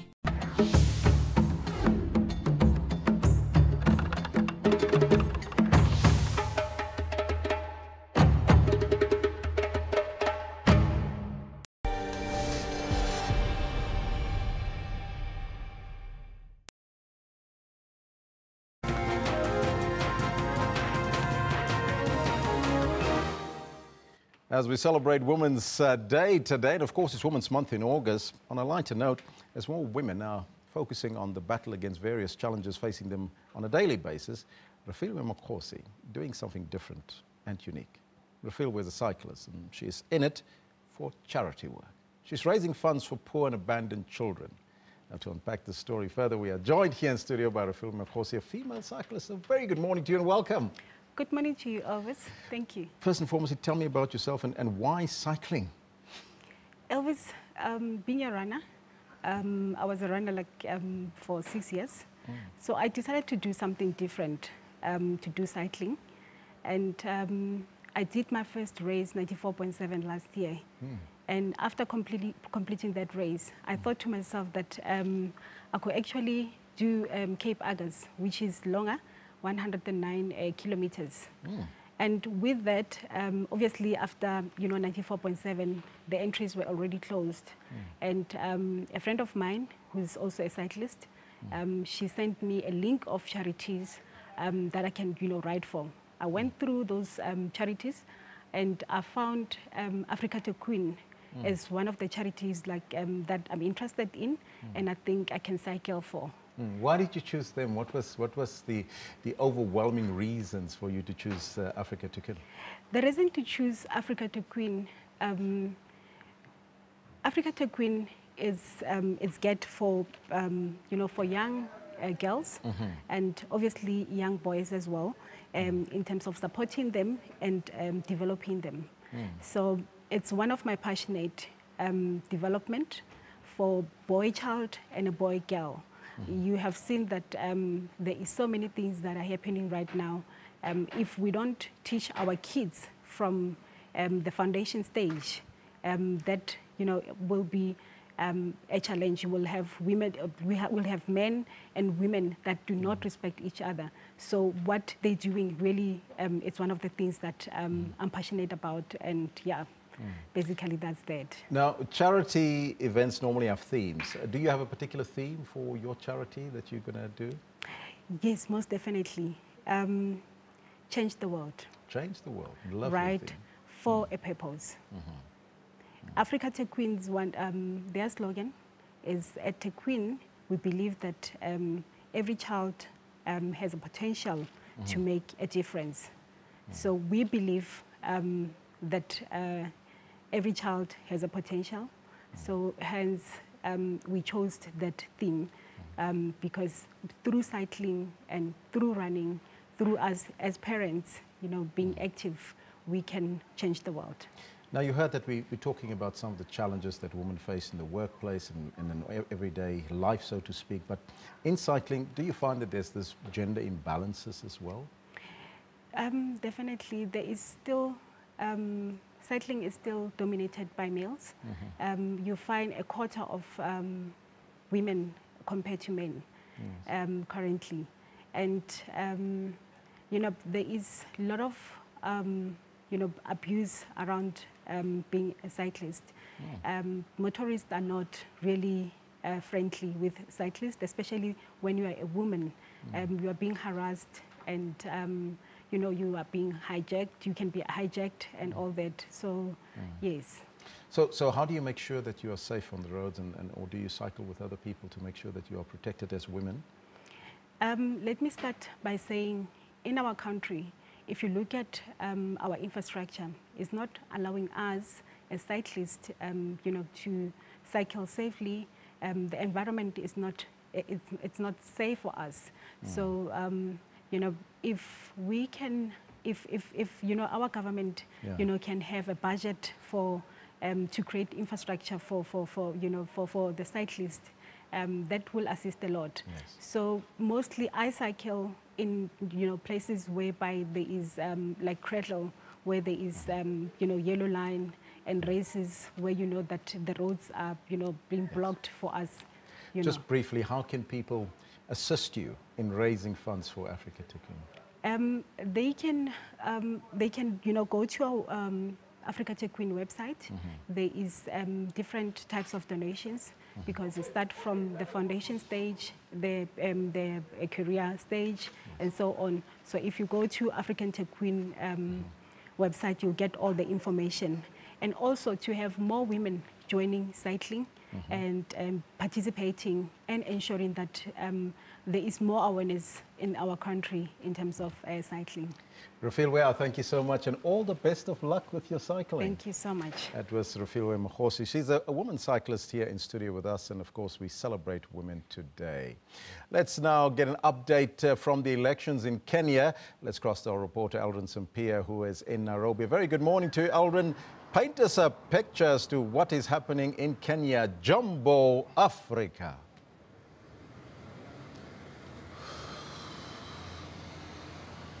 Well, 75% of the 40,000 polling stations results are now in, and as it stands at the moment, Uhuru Kenyatta is leading by 7.7 million of the votes, while Raila Odinga is trailing right behind him at 6.3 million. These has been, the leaderboard has been like this since the results started trickling in yesterday. But an announcement from NASA, which Raila Odinga is from, is that they are rejecting these results.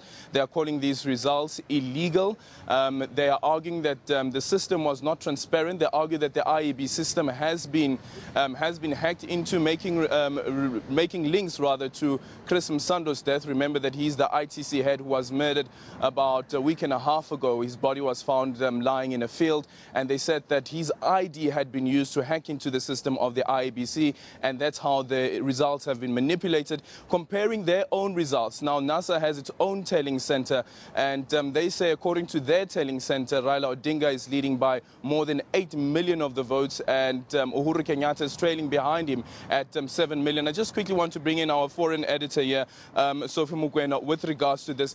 A new revelation coming from NASA in the early hours of the morning. Raila Odinga had a press conference as well, saying that as it stands at the moment, they believe that these results have been manipulated. Is it something that is surprising at all? It is not. Remember, earlier earlier in the week, when we arrived here, we read from newspapers, we heard him talking at the rally, the final rally on Saturday, saying that he is not going to accept the results if the results are not credible and free and fair. I mean, you can't make such pronouncement before you even start voting, when you haven't even observed anything untoward.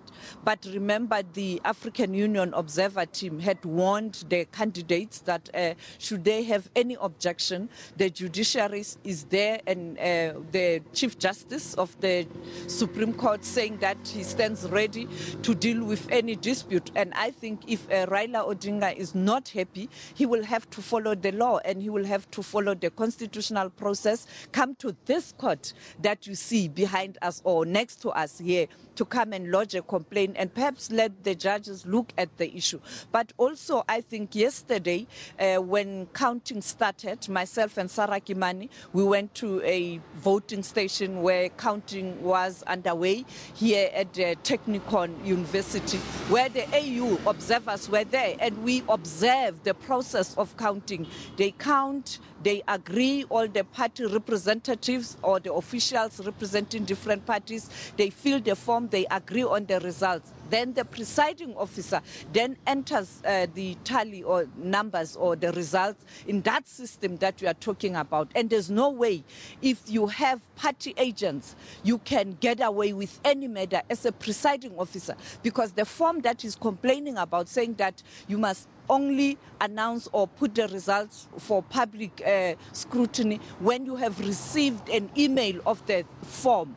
I mean, that number, it is the same number that's being entered into the system. Therefore, I think I also pointed out to you our surprise the last day when he said, I wish Uhuru Kenyatta well. How can you say, congratulate him? Why congratulate a person before you even vote? Therefore, I think politicians will always find a way to contest whatever they want to contest if they don't get away with anything or if they don't win. And this is the other thing, though, even listening into the press briefing where Uhuru Kenyatta, rather Raila Odinga, was speaking about how the results have been manipulated. And you've indicated, like in South Africa as well, we've got party agents at all polling stations. And those party agents should have flagged these issues at an early stage. One of the questions that was asked to him is, show us the proof. Show us the proof that how these results have been manipulated and who your sources are. And unfortunately, he said that, no, we will not reveal our sources. Our resources will be protected. I think this matter will be resolved. I mean, the presiding officers in those counting stations, they must just fax that form that that he is talking about and send it to the results center. And I am confident that around 12 o'clock, Kenyan time, which is 11 o'clock South African time, during the media briefing, the Electoral Commission will explain. And they have indicated that, okay, they will then use that form to also verify with what's being entered into the system. And I think the margin is going to be very small. I can't see any difference or making a huge difference in terms of the numbers. Currently, Uhuru Kenyatta leading with almost 1 million vote. It won't bring any, big number in terms of bringing down the numbers. And even looking at the merits of these allegations being raised by Raila Odinga as well as NASA as well. Yesterday, you were with the AU Observer Mission being led by Thabo Mbeki, and Mbeki spoke about as far as all the 30 counties that they've observed these elections from, it would seem that there's no reason not to declare these results free, fair and transparent, and that has been the goalpost all along. I want to give credit to the observers. I've done elections both in South Africa since 1995. I've done lots of elections on the continent. This time around, the observers were really up to the task. To start with, you have high-profile people who have credibility. You have the former president of Ghana representing the Commonwealth, a man who was defeated in Ghana last year, and he stepped aside. So he leads by example. And he spoke with authority on Friday when he was at the media briefing, saying that they will ensure that everything goes according to the rules. And they are really doing their job on the ground. They are there monitoring and observing. The same with the African Union. Thabo Mbeki with his team, he said they went to different polling stations and then 30 counting stations, and they were there observing like hawks. You know, he stood up when the numbers were entered into the system. He looked at that tablet, or it's a small computer, to ensure that what was done was correct. You have John Kerry, the former Secretary of State of the United States of America under President Obama, representing Qatar Foundation, and they are on the ground. They are really on the ground, and the Electoral Commission of Kenya is under the spotlight because it was disbanded. The new guys have been criticized. They are doing everything in their power to redeem themselves, and they are being watched like hawks. You have observers. You have a huge media contingent, both local and international, and us being here as well. I mean, the largest broadcaster on the continent, SABC. We were in different places. You know, I think I don't know. For me, the process thus far has been conducted in a much better way compared to the previous elections. But the verdict, we will wait for the Electoral Commission. Well, there is this dispute and contestation over the results. What does this mean for Kenyans? You know, one of the NASA officials was saying that we call for calm, but at some point we may call on Kenyans to come or to take action. And one can only wonder what this means, taking into consideration, of course, what happened back in 2007. And this has been all this time during the coverage of these elections, that has been the reference to what happened in 2007, where more than 1,000 people were killed. How do you think government can now deal with this issue to make sure that cool heads remain, to make sure that Kenyans do remain calm and there's no eruption of violence? The judiciary is better prepared. The Electoral Commission is better prepared. The security is better prepared. And I think the Kenyans themselves, they are sick and tired. They want peace. They want progress. They want development. Because when you look at the population, it's quite young. And the voters' roll, it's young people. And they want development. They want jobs. They want a better future. It is for that reason, when you look at the patterns of votes in different constituencies and different cities, the governors, it speaks to the issues. It wasn't a sympathetic vote. It was about issues. You had Uhuru Kenyatta, much younger, promising development, promising action. You had Raila Odinga, almost like a prophet, talking about, I am Moses. Moses doing what? You must speak to issues. And I think the catch here is that the Kenyans want development. They want a better life. And I think it will be that way of determining whether Raila Odinga or Uhuru Kenyatta will resonate with the calls that they've been making. Either Raila perhaps with his people trying to stoke fire, or people listening to Uhuru yesterday who said, I will accept the result and let us be Kenyans. At the end of the day, we are all Kenyans. Just quickly, a parting shot. Of course, in South Africa, we are celebrating Women's Day. And just looking at the presidential candidates running for this race, out of all 8 presidential candidates, not one is female. And this is something that's reflected even across the continent. We only have Ellen Joseph as our current female president. Yes, it's only Ellen Johnson Sirleaf in Liberia who is a female president. And currently she's living. Elections around the corner in Liberia, but she indicated that she is going to support a woman candidate.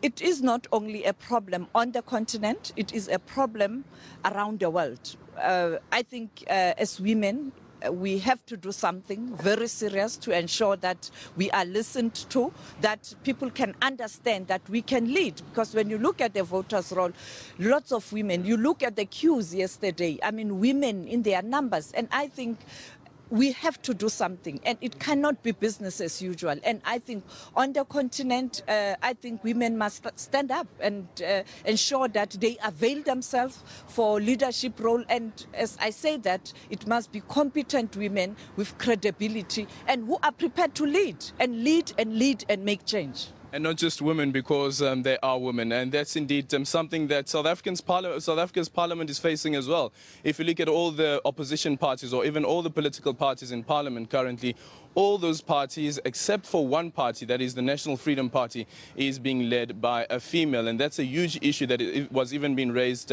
by the Gender Commission, and wonder whether we can change that. Even the IEC, ahead of last year's municipal elections, also raised this issue. But But back to what's currently happening, we will give you an update from the IEBC with regards to some of these allegations that have been raised by NASA, that the results have been manipulated. And of course, we'll keep in touch with what's currently happening and how Kenyans are receiving these allegations made by NASA, and how areas like Kibera, which were identified as hotspots ahead of the elections, will react to this message that's coming from NASA to say that at this moment, remain calm, and they will try to resolve this issue with the IEBC. But as Sophie Mukwena has indicated, that the last arbiter will be this court right behind us, and ahead of the elections they've already shown capability and capacity to resolve all electoral issues ahead of the elections. It's back to you in studio. That's our reporter in Cairo, Eldrin Sampier. But right now, time for your sports news with Kendall.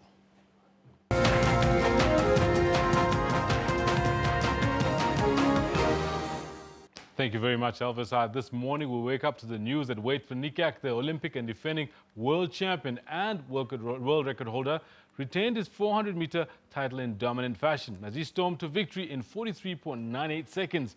Now, running a controlled race, van Niekerk completed the first half of his mission to achieve a double at the championships in the 400 meters and the 200 meters. Here's how he got the 400-meter gold. Has anybody got anything to touch the South African?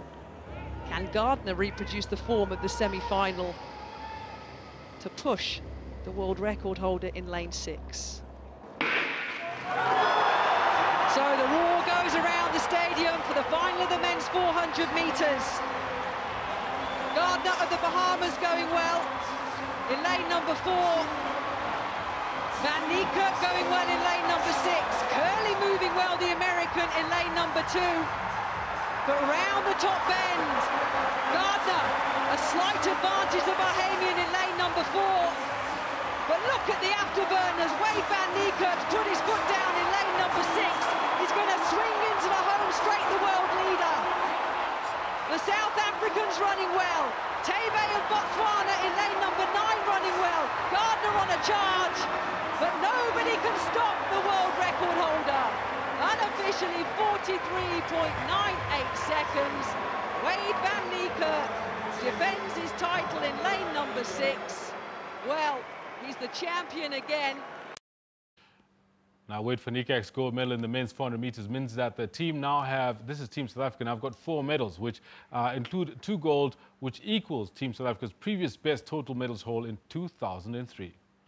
Now, moving on to other stories and still staying with the IWF World Championships, it has emerged in the aftermath of Wade's dominant defense of his 400-meter title that his main rival, Isaac Makwala, was withdrawn from the race last night. Makwala posted a message on his Facebook account on Tuesday explaining that stadium security had forcibly barred him from entering the stadium and that he'd been withdrawn by the IAAF from competing in the 400-meter final. No, I was not that sick. I just vomited, like any other athlete can vomit. So I vomited when I got on the bus yesterday when I got my 200 hits. Then the medical saw me, then they asked me whether I'm okay. I said, I'm not okay. Then they took me to the medical room.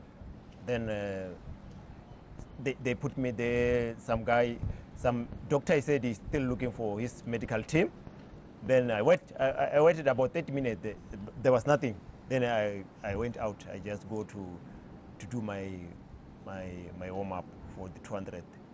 But to Isaac Makwala, there you are. DNS does not start. The 30-year-old, who was considered one of the main challenges to gold medalist Wade van Niekerk, ended up being ordered to withdraw from Monday's opening round of the 200 meters. Makwala had insisted he felt well and wanted to race. Yeah, I could have run because I did my warm-up well and I did everything well. Yes, and I was ready to run. A number of athletes at the World Championships have been laid low by stomach upsets, with teams reporting cases of gastroenteritis at their official team hotel, the Tower Hotel near Tower Bridge. Only some of them, like Makwala, were quarantined, which brings into question what criteria the IAAF used to bar Makwala from racing. This is bad. Sometimes I feel that, I feel heartbroken yesterday.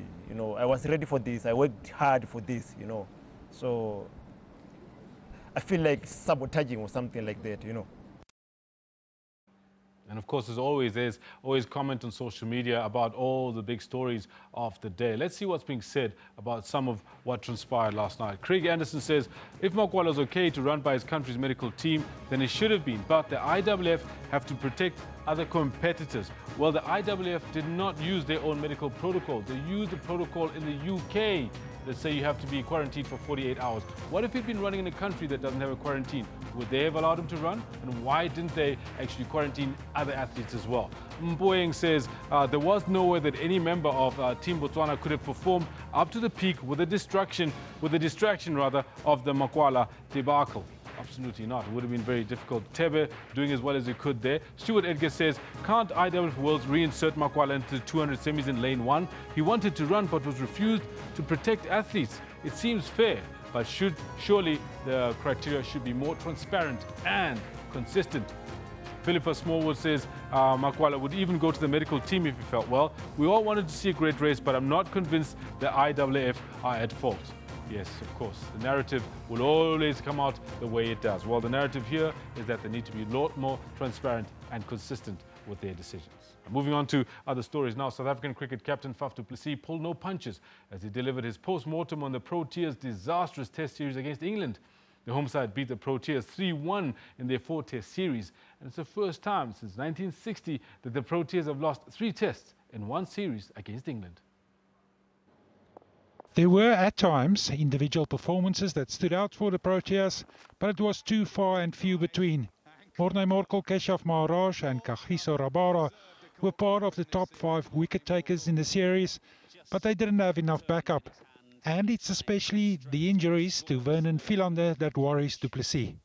Yeah, so with that frustration there comes a challenge for Vern. Vern needs to work on his fitness. It's happened too often that he doesn't play a full series, and I've spoken to him about that, and he's accepted the challenge that he needs to improve that. Du Plessis says he doesn't expect AB de Villiers to return to Test cricket, and he feels other players must take responsibility to fill that gap. He also believes Themba Bavuma must get more responsibility in the team. I love what I see in Themba's character. I think he's going to be a good leader for us in the team, and I'm a big believer that if you see that in someone, that you give them responsibility, because that will bring the best out of them.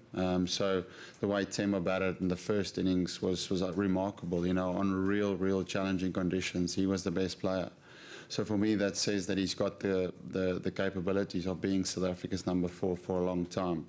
The Proteas' next assignment will be a 2-match test series against Bangladesh, which starts on the 28th of September in Potchefstroom. Harry Olivier, SABC News. In the meantime, we'll just keep looking to the track for our solace and our joy as Wade van Niekerk takes to the 200-meter semi-finals tonight. All this and more later on the next bulletin. For now, stay close. We're going to take a short break. We'll be back with more at 11 o'clock.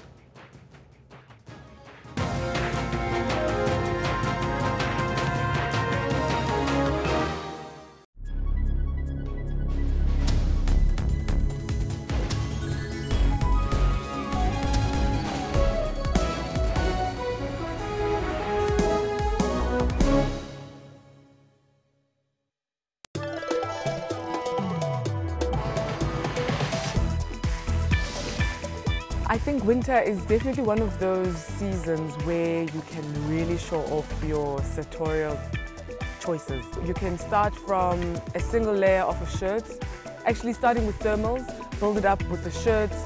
You can have beautiful knits over the shirts, like we've done with Jay. This film tells the story of a very, very significant political figure in the struggle for freedom in South Africa, who happened to be a woman. She was Nelson Mandela's wife. The exhibition is an exploration into black femininity. Tabitha is a woman of colour, and she is exploring the historical exploitation of the black female body. Newtown Junction Mall hosted an epic contest in the cold where 3 top South African graffiti artists battled it out for the opportunity to become the Newtown Graffiti Face-Off Master. For your weekly dose of entertainment news, tune into Trends every Saturday from 12 to 1.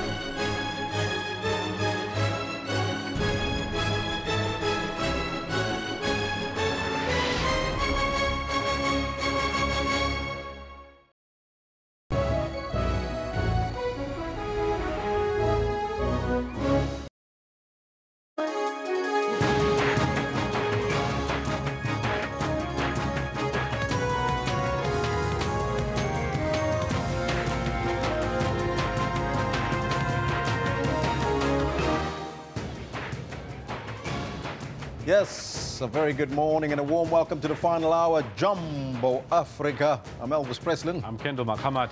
Now, today we focus on Women's Day, because at least one in every 3 women has been either beaten, coerced into sex, or even abused in her lifetime, Ken. And that's why I want to bring you into this conversation on this day, on International Women's Day. What do you think about our government here in South Africa? Does it take women's issues seriously? We'll get a perspective from government on that one, but we're also conducting, in fact, there's a couple of tweets. People are tweeting us about that. Yes, please. Timberlani says, up until they deal with the root causes of this violence, it won't stop soon. Who is in South African prisons? Men? Why? Everything is about women. So says Timberlani. Malbongo says, yes, but more still needs to be done, but government cannot do it alone. What we as ordinary South Africans what are we doing to assist the government? That's the question, of course. What are we as society doing? Because it's not just about government, it's us as a society as well. Yes. We need to take the blame as well. But we're conducting a poll on the president, Jacob Zuma. He survived another vote of no confidence with a slim majority, though, only 21 votes. That's why we're asking you this question on the poll. Are you surprised? Are you surprised at all that President Jacob Zuma survived his 8th vote of no confidence? The 8th of the 8th month. Are you surprised? So far, 784 votes. 86% of you are saying, no, you're not surprised at all. You Only saw 14%, it coming. Yeah, 86% say they saw it coming, that Jacob Zuma would survive the vote of no confidence. They had crystal balls or something else? Maybe history. Lutando says, not at all. The ANC knows what it's done since Mandela's release from Robben Island. There's a lot we as the people of South Africa don't know. This one from Siyabonga says the ANC members of parliament are more interested in protecting their jobs than the country.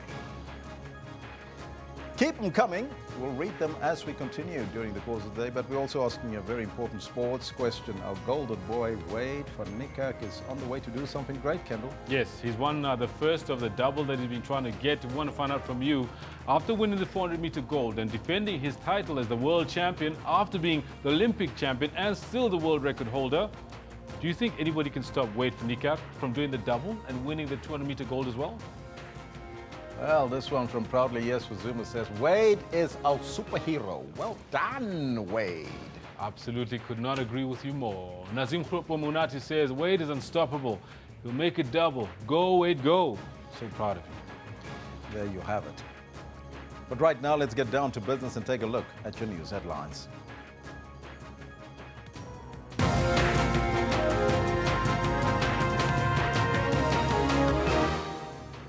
President Jacob Zuma survives another vote of no confidence with a slim majority of 21 votes.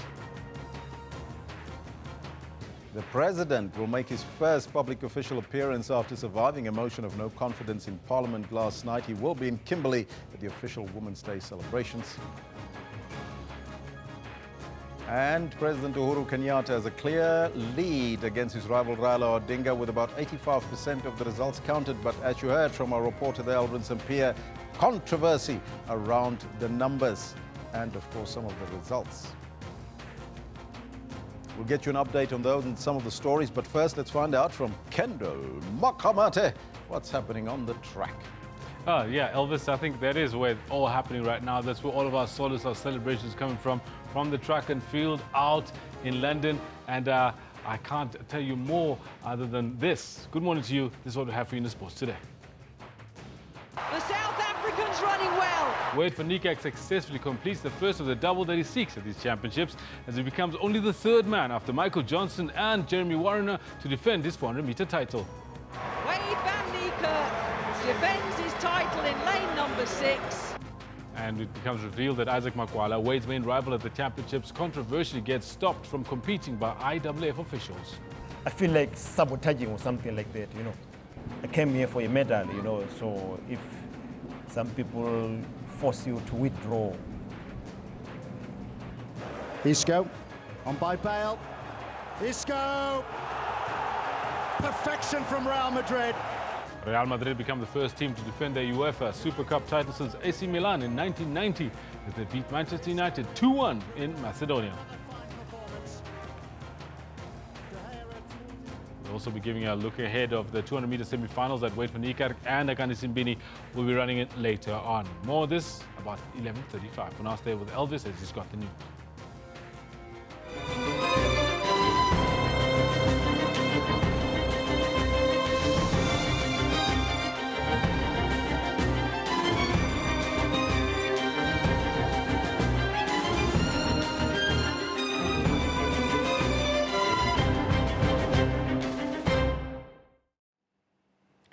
President Jacob Zuma has survived another vote of no confidence. 198 legislators voted against the motion, while 177 voted for it. That left the president with a slim majority of 21 votes. The DA leader, Musima Amani, meanwhile, will hold a news conference later today on the way forward following yesterday's failed motion of no confidence. After a day of a tense situation in and outside Parliament, the Speaker of Parliament announced the much-awaited outcome of the secret ballot. The total votes, 384. The yes, 177.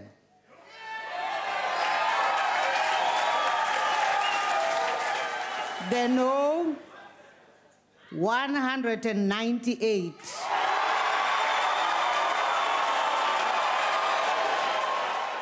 And there were 9 abstentions. And therefore, the motion of no confidence in the president is accordingly negatived.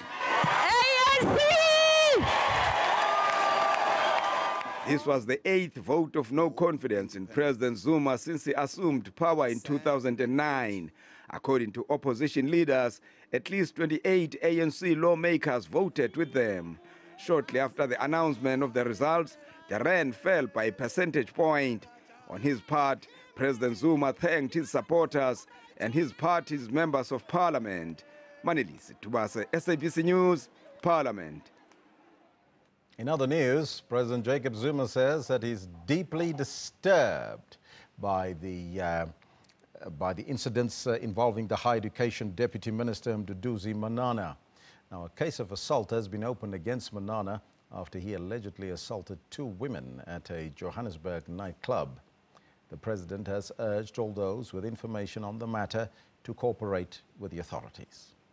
Presidential spokesperson Bongani Nkulunga. President Jacob Zuma has confidence that the law enforcement agencies will deal with the matter effectively in line with the laws of the land. The president has emphasized that the South African government has made violence against women a priority crime. The president believes that women have a right to safety and security and must not be attacked or abused by anyone anywhere in the country, regardless of the position of either the perpetrator or the victim. The president believes that South Africa must be safe for all women.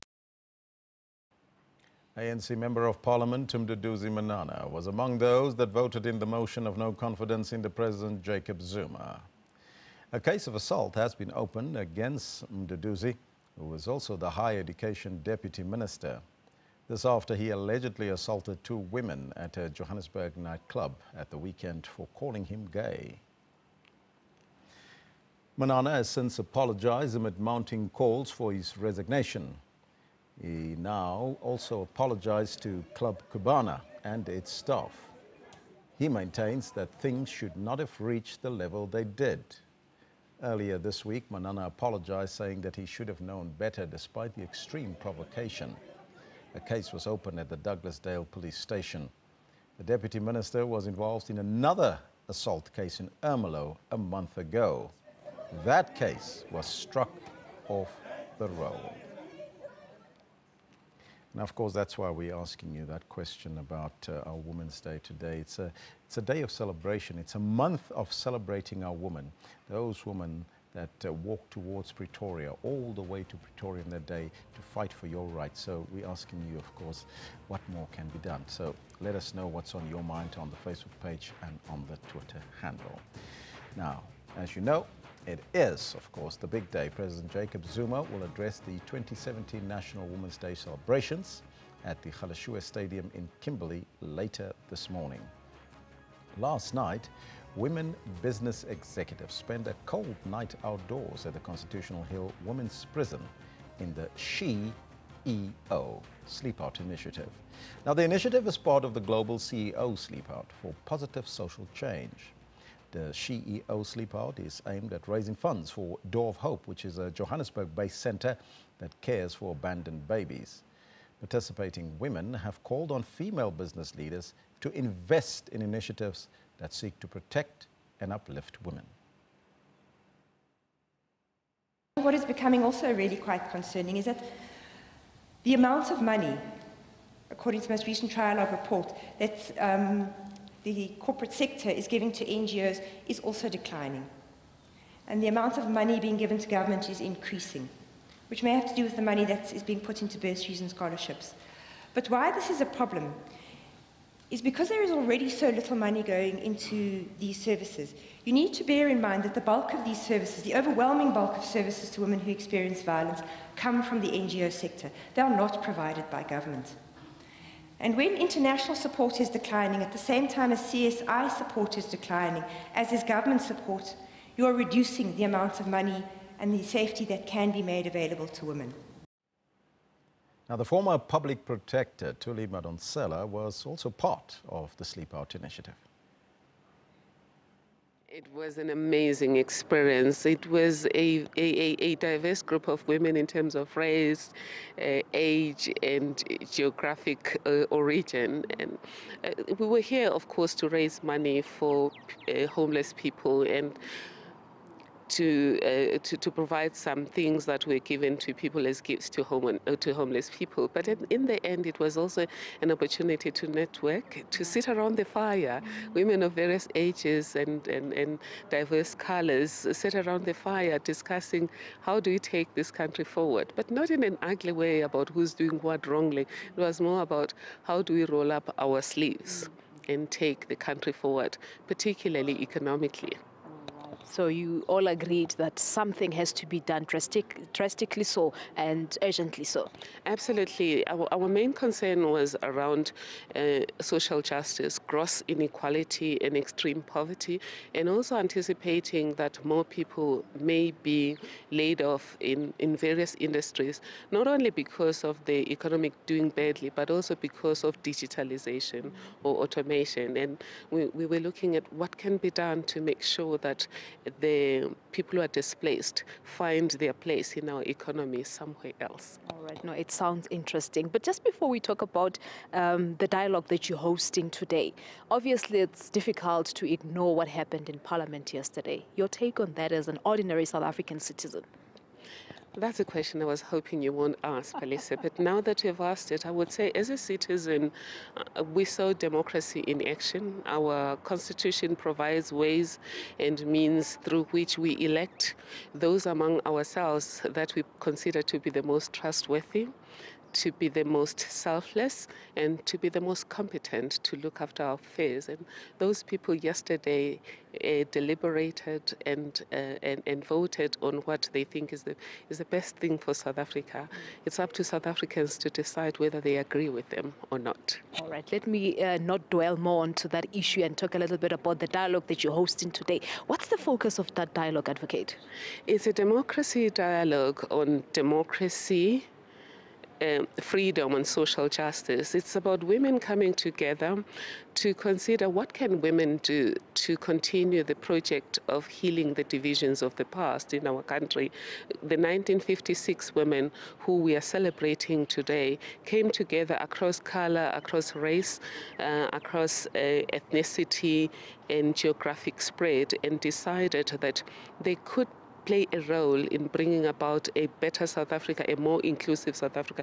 Yes, it was about passes, but it was more than that. It was about ending injustice, ending exclusion, and bringing about a South Africa where democracy works for everyone. So today it is going to be the women that were there in 1976, such as Palisa that we've seen just now.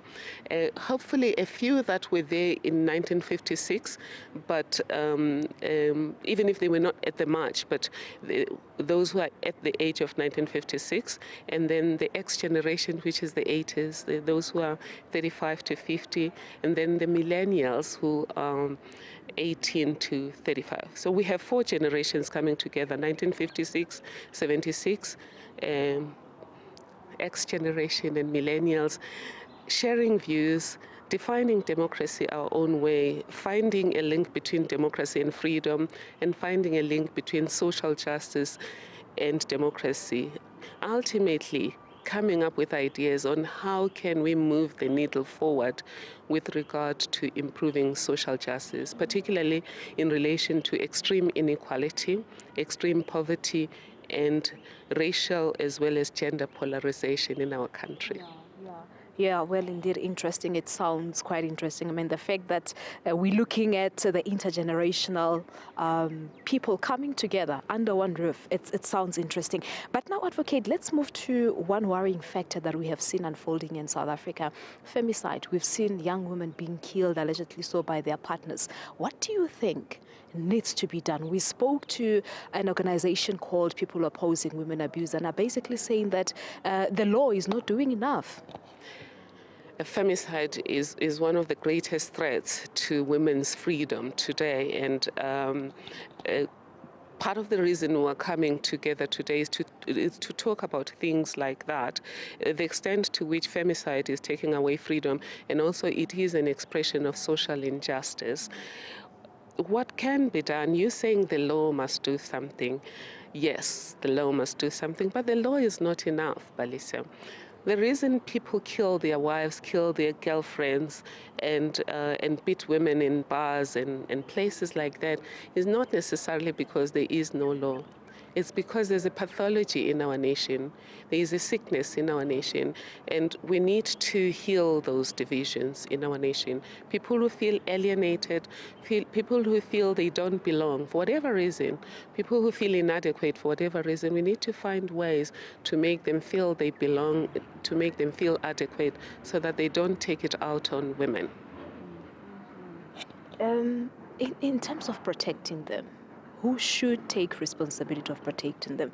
You've just made a mention of a recent incident which happened where the Deputy Minister of Higher Education, Zuma, is allegedly to have assaulted a woman. So who should take responsibility to protect women? Well, the first people who have to take responsibility to protect women are those who harm women. It really starts with the abuser. We can blame women, we can blame society. The abuser, they should take responsibility for their own anger, their own insecurities, and find a way to affirm themselves, because no happy person kills other people or harms other people.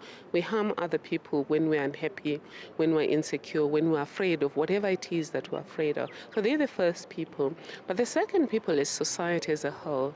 We need to be rolling up our sleeves to protect the women, but secondly, to reach out to men. One of the things we discussed yesterday, particularly with the minister in the women's ministry, was that a lot of our interventions around equality target women. Even interventions around gender justice, including gender-based violence, are targeted at women. But the people who harm women are not women, they are men. We need to reach out to men, but more importantly, we also need to reach out in a manner that makes men understand that when women rise, it doesn't mean they have to fall. And when women progress, it doesn't mean that men have to regress. In fact, we can all move forward as society. So we need to reassure men that we all have a place in society. Women rising is about society rising, and it's about our whole country and the whole world moving forward in a manner that is inclusive and that doesn't exclude men.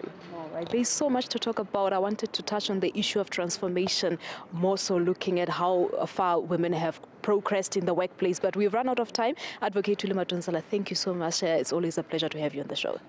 It's been a pleasure, and I'm sincerely honored. If there are any people who would like to make their way to Constitution Hill, they must join us for the Democracy Dialogue. It's going to be fun, but it's also going to be historic because we want to come up with a Marshall Plan on social justice. Now, hackers broke into the database of Kenya's Electoral Commission and manipulated the results of the election. So says the leader of the country's opposition coalition, alleged. That was today. Now, for an update, let's go live to Kenya. Ladies and gentlemen, on behalf of my colleagues, we wanted to give you a very short brief this morning on the state of security in the country after the voting that took place yesterday. I would like, first of all, to start by saying on behalf of our colleagues in government and the security sector, we want to congratulate our fellow citizens. Yesterday was a great day for our country. We are so grateful that we were able to participate in the electoral process yesterday very successfully. We had very peaceful, orderly, and organized elections across the country. We had the least level of security-related incidents in the country in history. So for that, we want to congratulate our fellow citizens and say how grateful we are, and it's a time for us as Kenyans to be proud of our country and to be proud of what we have achieved. In the same vein, we would like to congratulate and thank the IEBC. Our fellow Kenyans, the men and women who are leading that institution, did us proud for conducting a peaceful and orderly elections. We thank them, we continue to wish them well, and we continue to pledge our support and facilitation to them as they conduct this important exercise to its logical conclusion. And while on that, I would like to urge fellow Kenyans that now that we have voted and we have an institution in place mandated by the Constitution to conduct elections, it's only fair and responsible of all of us to let the IEBC continue to conduct the process until its logical conclusion and until they announce the outcome of the elections. Until then, we remain committed to do our part in ensuring that the country is secure and safe. And on that note, I would like to assure fellow Kenyans this morning, on behalf of my colleagues, that our country is secure, our country is safe. We had a fairly calm and quiet night last night, and in many parts of the country, our fellow Kenyans are going about their duties as they usually do. And those who, for one reason or another, have not resumed, we want to ask them to resume and continue with their day-to-day activities as we, of course, await the IEBC to complete the process of elections. We will do whatever it takes lawfully and constitutionally to protect lives and property. That is our mandate, and it's our responsibility that we intend to execute effectively. And we want to assure everyone that they have nothing to worry about. They should go about their activities without any bother. We are so grateful, and I think on behalf of my colleagues, we would like to thank Kenya's friends and partners who have come to our country as election observers, representing various institutions around the world, various other practitioners who have been involved in this process, including the huge contingent of media practitioners from around the world who have come to our country, that they are still welcome in our country, and that they should feel safe and go about whatever business that brought them here, as long as, of course, they're doing it within the law. and we will continue to do our part in ensuring that everything goes on smoothly. So, like all law-abiding citizens, we will continue our activities, and we will wait upon the IBC to guide us on how we will move forward with the rest of the electoral processes. And please, Kenyans, let us refrain from any activities that will unduly endanger the security of the country or unduly affect individuals and groups of people. This, of course, includes our behavior and our conduct on social media, because we have seen, very aggressive social media activity this morning, including claims of riots or claims of unrest, which are not true. The Inspector General of Police is here, and all our critical actors in the security sector are here, and they were in constant touch with all the 8 regional commissioners across the country, and the country is calm and safe. Let's not battle or engage in destructive activities. And of course, we have said this enough times, but we do not mind saying it again, that we should be responsible citizens in the manner in which we interact on social media. We still need each other. We are each other's keeper. This is our country. We, as Kenyans, should be most grateful because God has favored us and blessed us with a great country, and we should take care of this country and refrain from any activity that will endanger the lives of others or hurt the stability of the country. But of course, that does not mean that we will do our lawful duty to ensure that where we feel that actions or activities on social media are encroaching on the security of the country, or they are encroaching on the manner in which we ought to live, we will act and do what the law allows us to do as we go along. So thank you, ladies and gentlemen. Maybe we'll take 1 or 2 questions from Goy.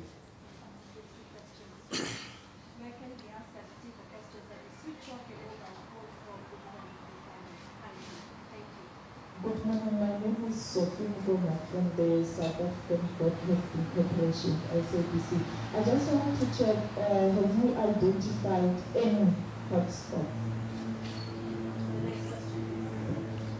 Good afternoon, Alvin St. also from the SABC. Do you think that the calmness and the peace that you portray at the moment could be under threat in light of the political rhetoric and in light of the sentiments being said by the leader of the presidential leader of NASA, Raila Odinga, that they are calling on Kenyans at this moment to remain calm? However, at some point they will call on them to take on action. Well, first of all, let me just take the 2 questions. First of all, I don't understand the respect in which you asked the question of identifying hotspots. We have been having discussions in the security sector with our colleagues as they were preparing for elections, and we discussed the deployment of security agents in various parts of the country. You observed this yourself yesterday. We had a very peaceful election.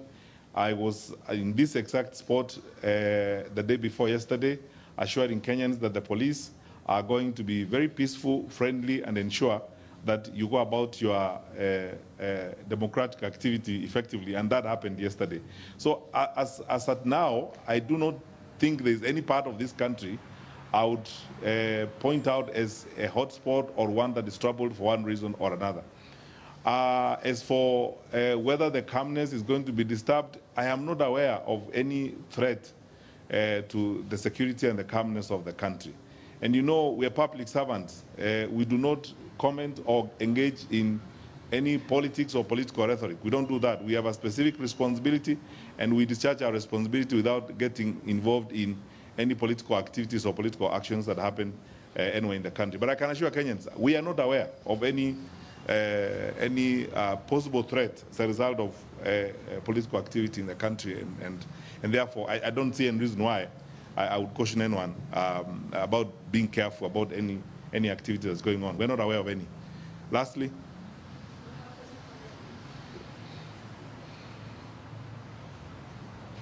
good afternoon. I'm from KBC.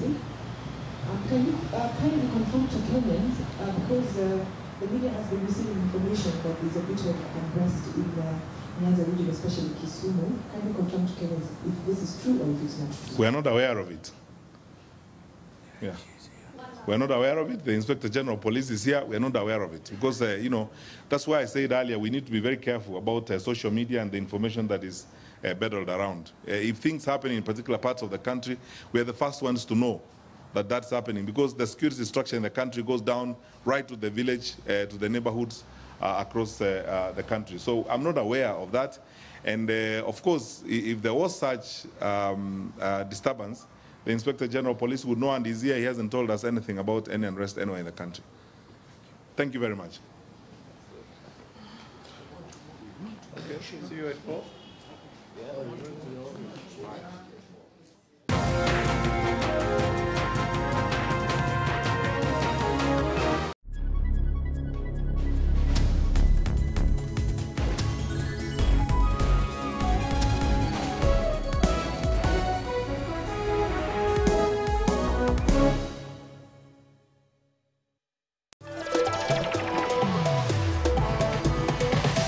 A top 5 rated horse racing event in the world, fashion is a highlight for those in attendance.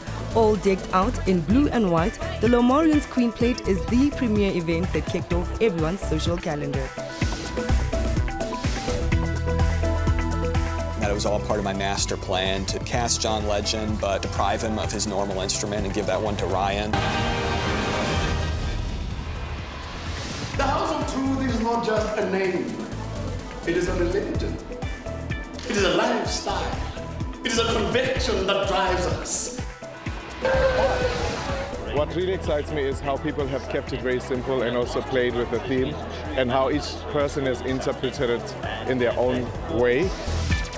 To stay updated with all the current entertainment news, tune into Trends every Saturday from 12 to 1.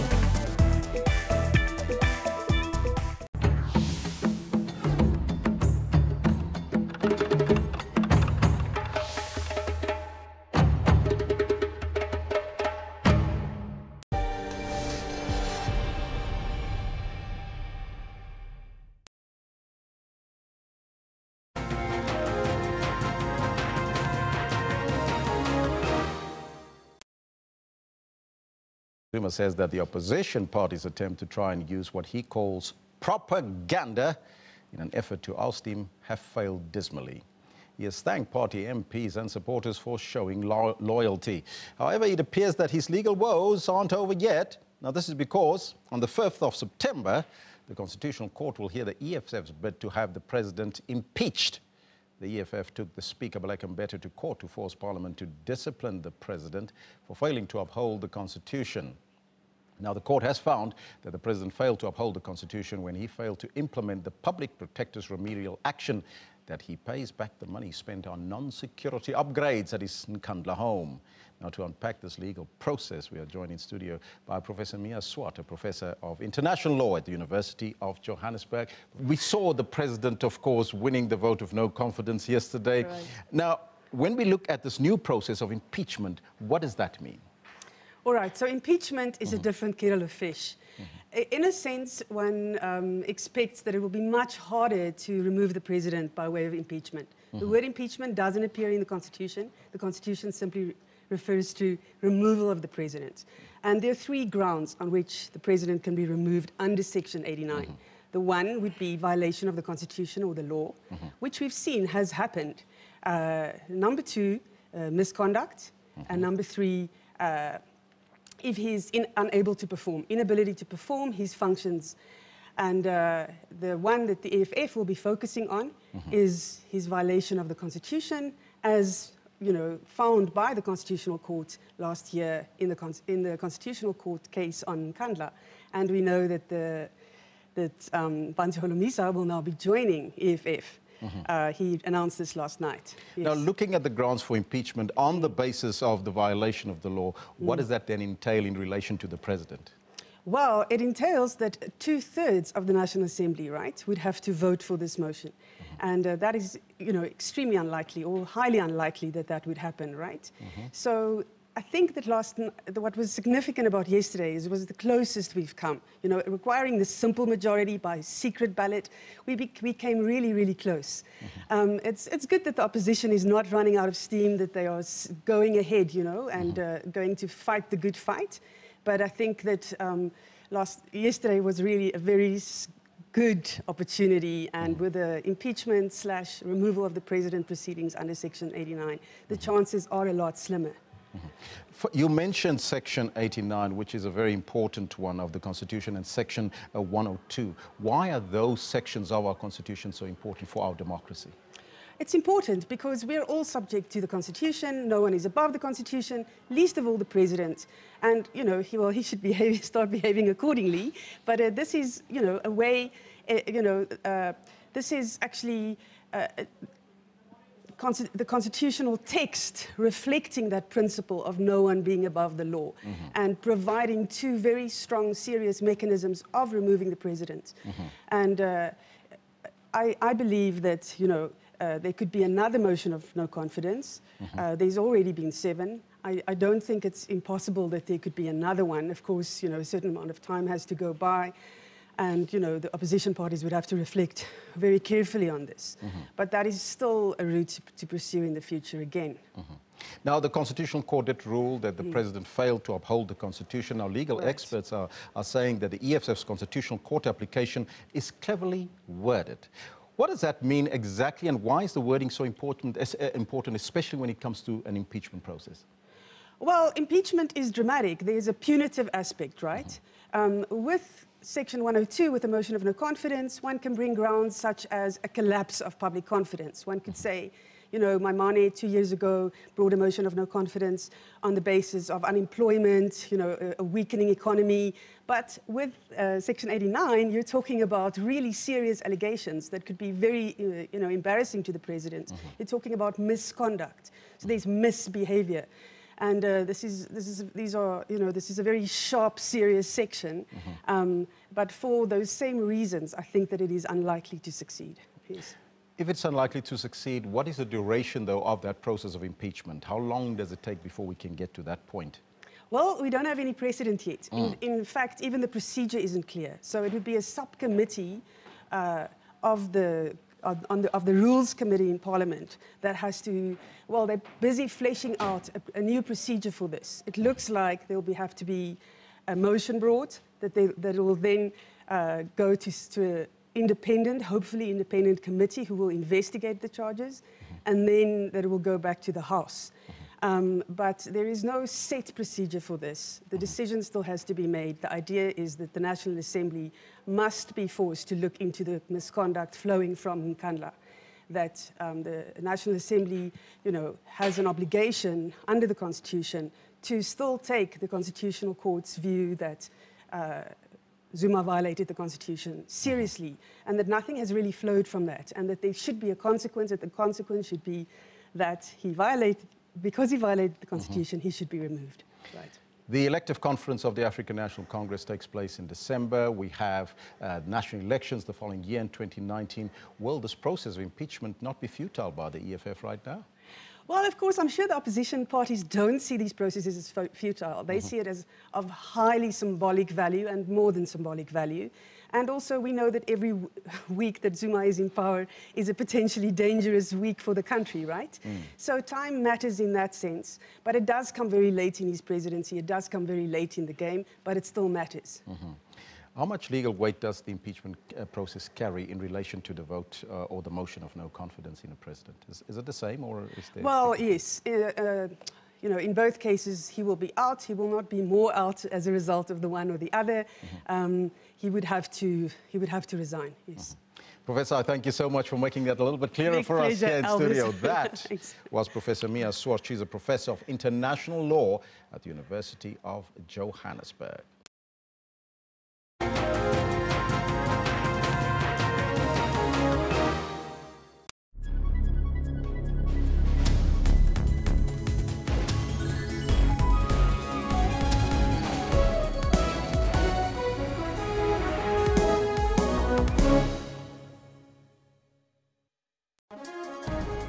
Rights and Recourse tackles constitutional issues.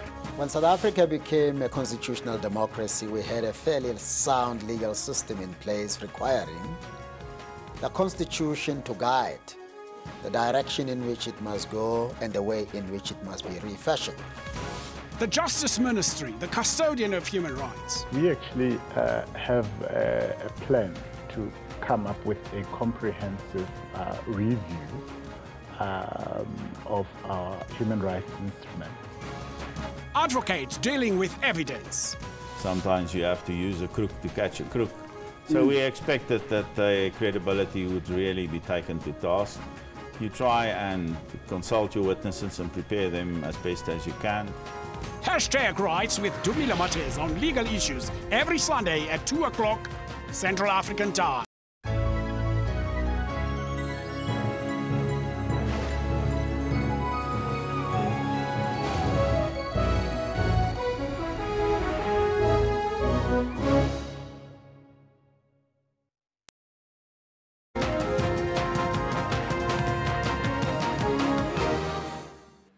Good morning to you. My name is Kendall Makhamat, and here's the sports for today.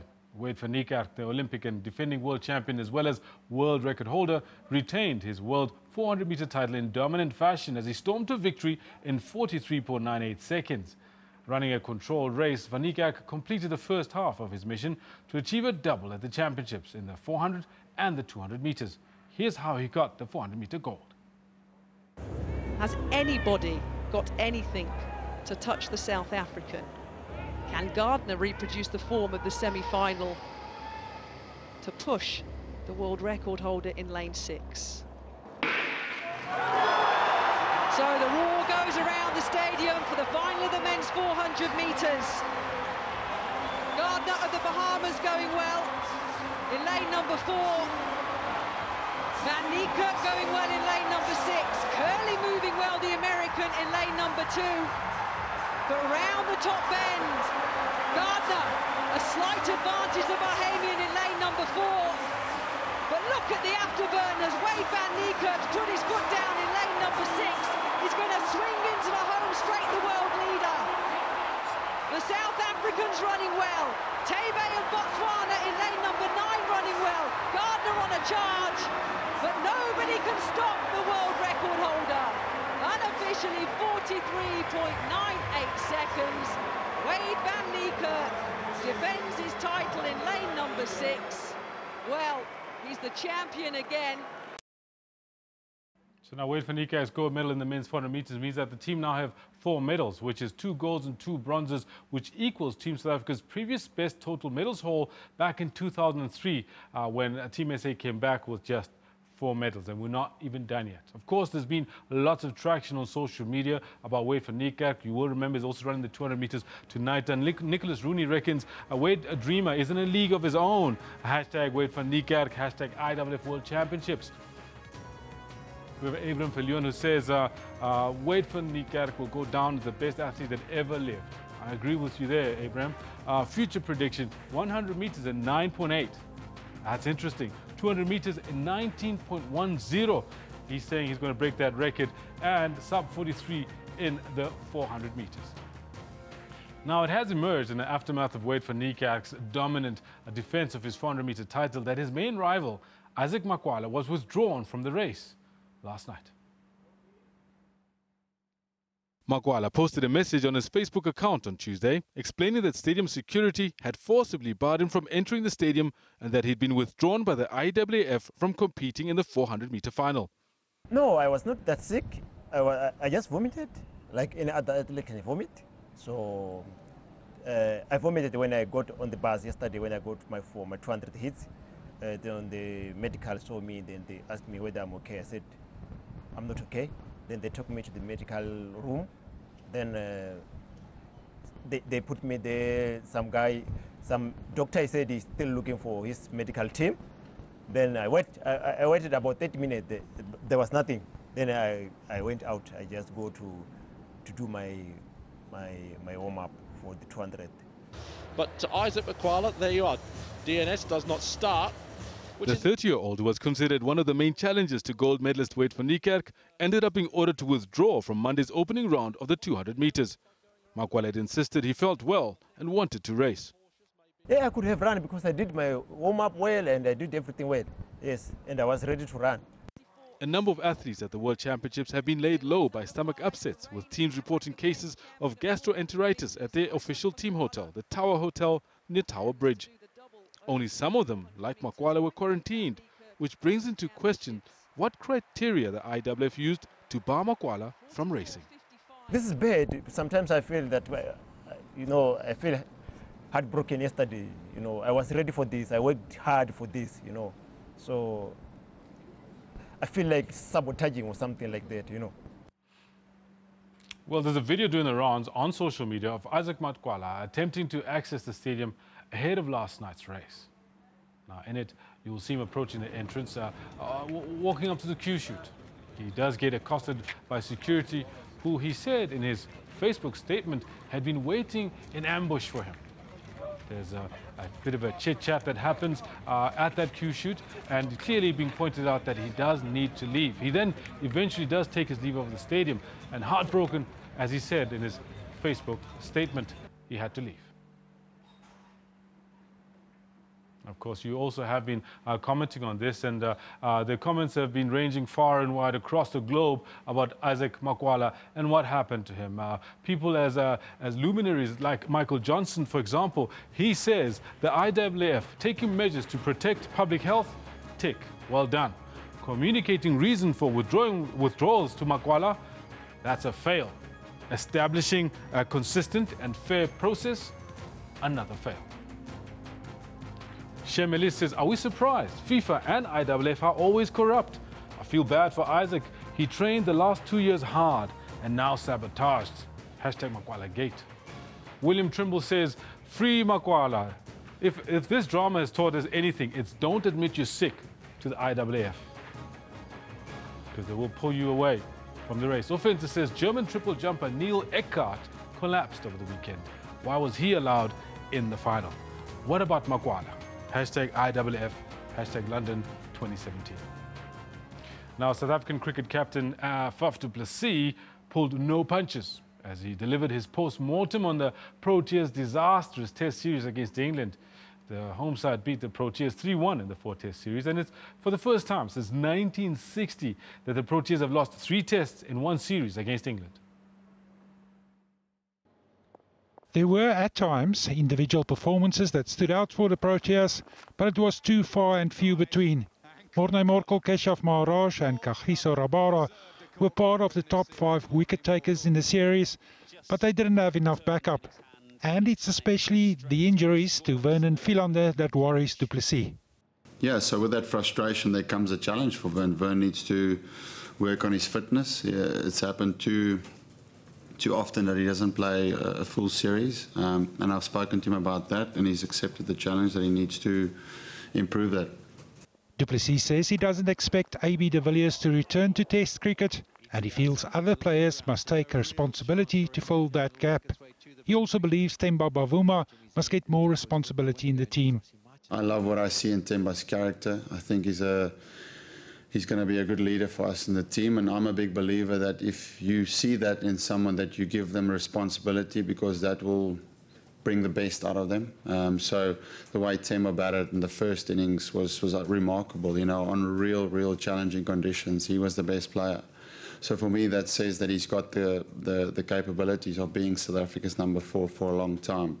The Proteas' next assignment will be a 2-match Test series against Bangladesh, which starts on the 28th of September in Potchefstroom. Harry Olivier, SABC News. Okay, 28th of September is when the Proteas are back in Test action. Let's hope that they get it right between now and then. That's where we're going to leave it with Newsroom for today. I'll be back tomorrow morning, 9 o'clock sharp, with the rest of the team. Make sure that you join us again. My name is Kendall Mahamate. Be back then. Until then, this is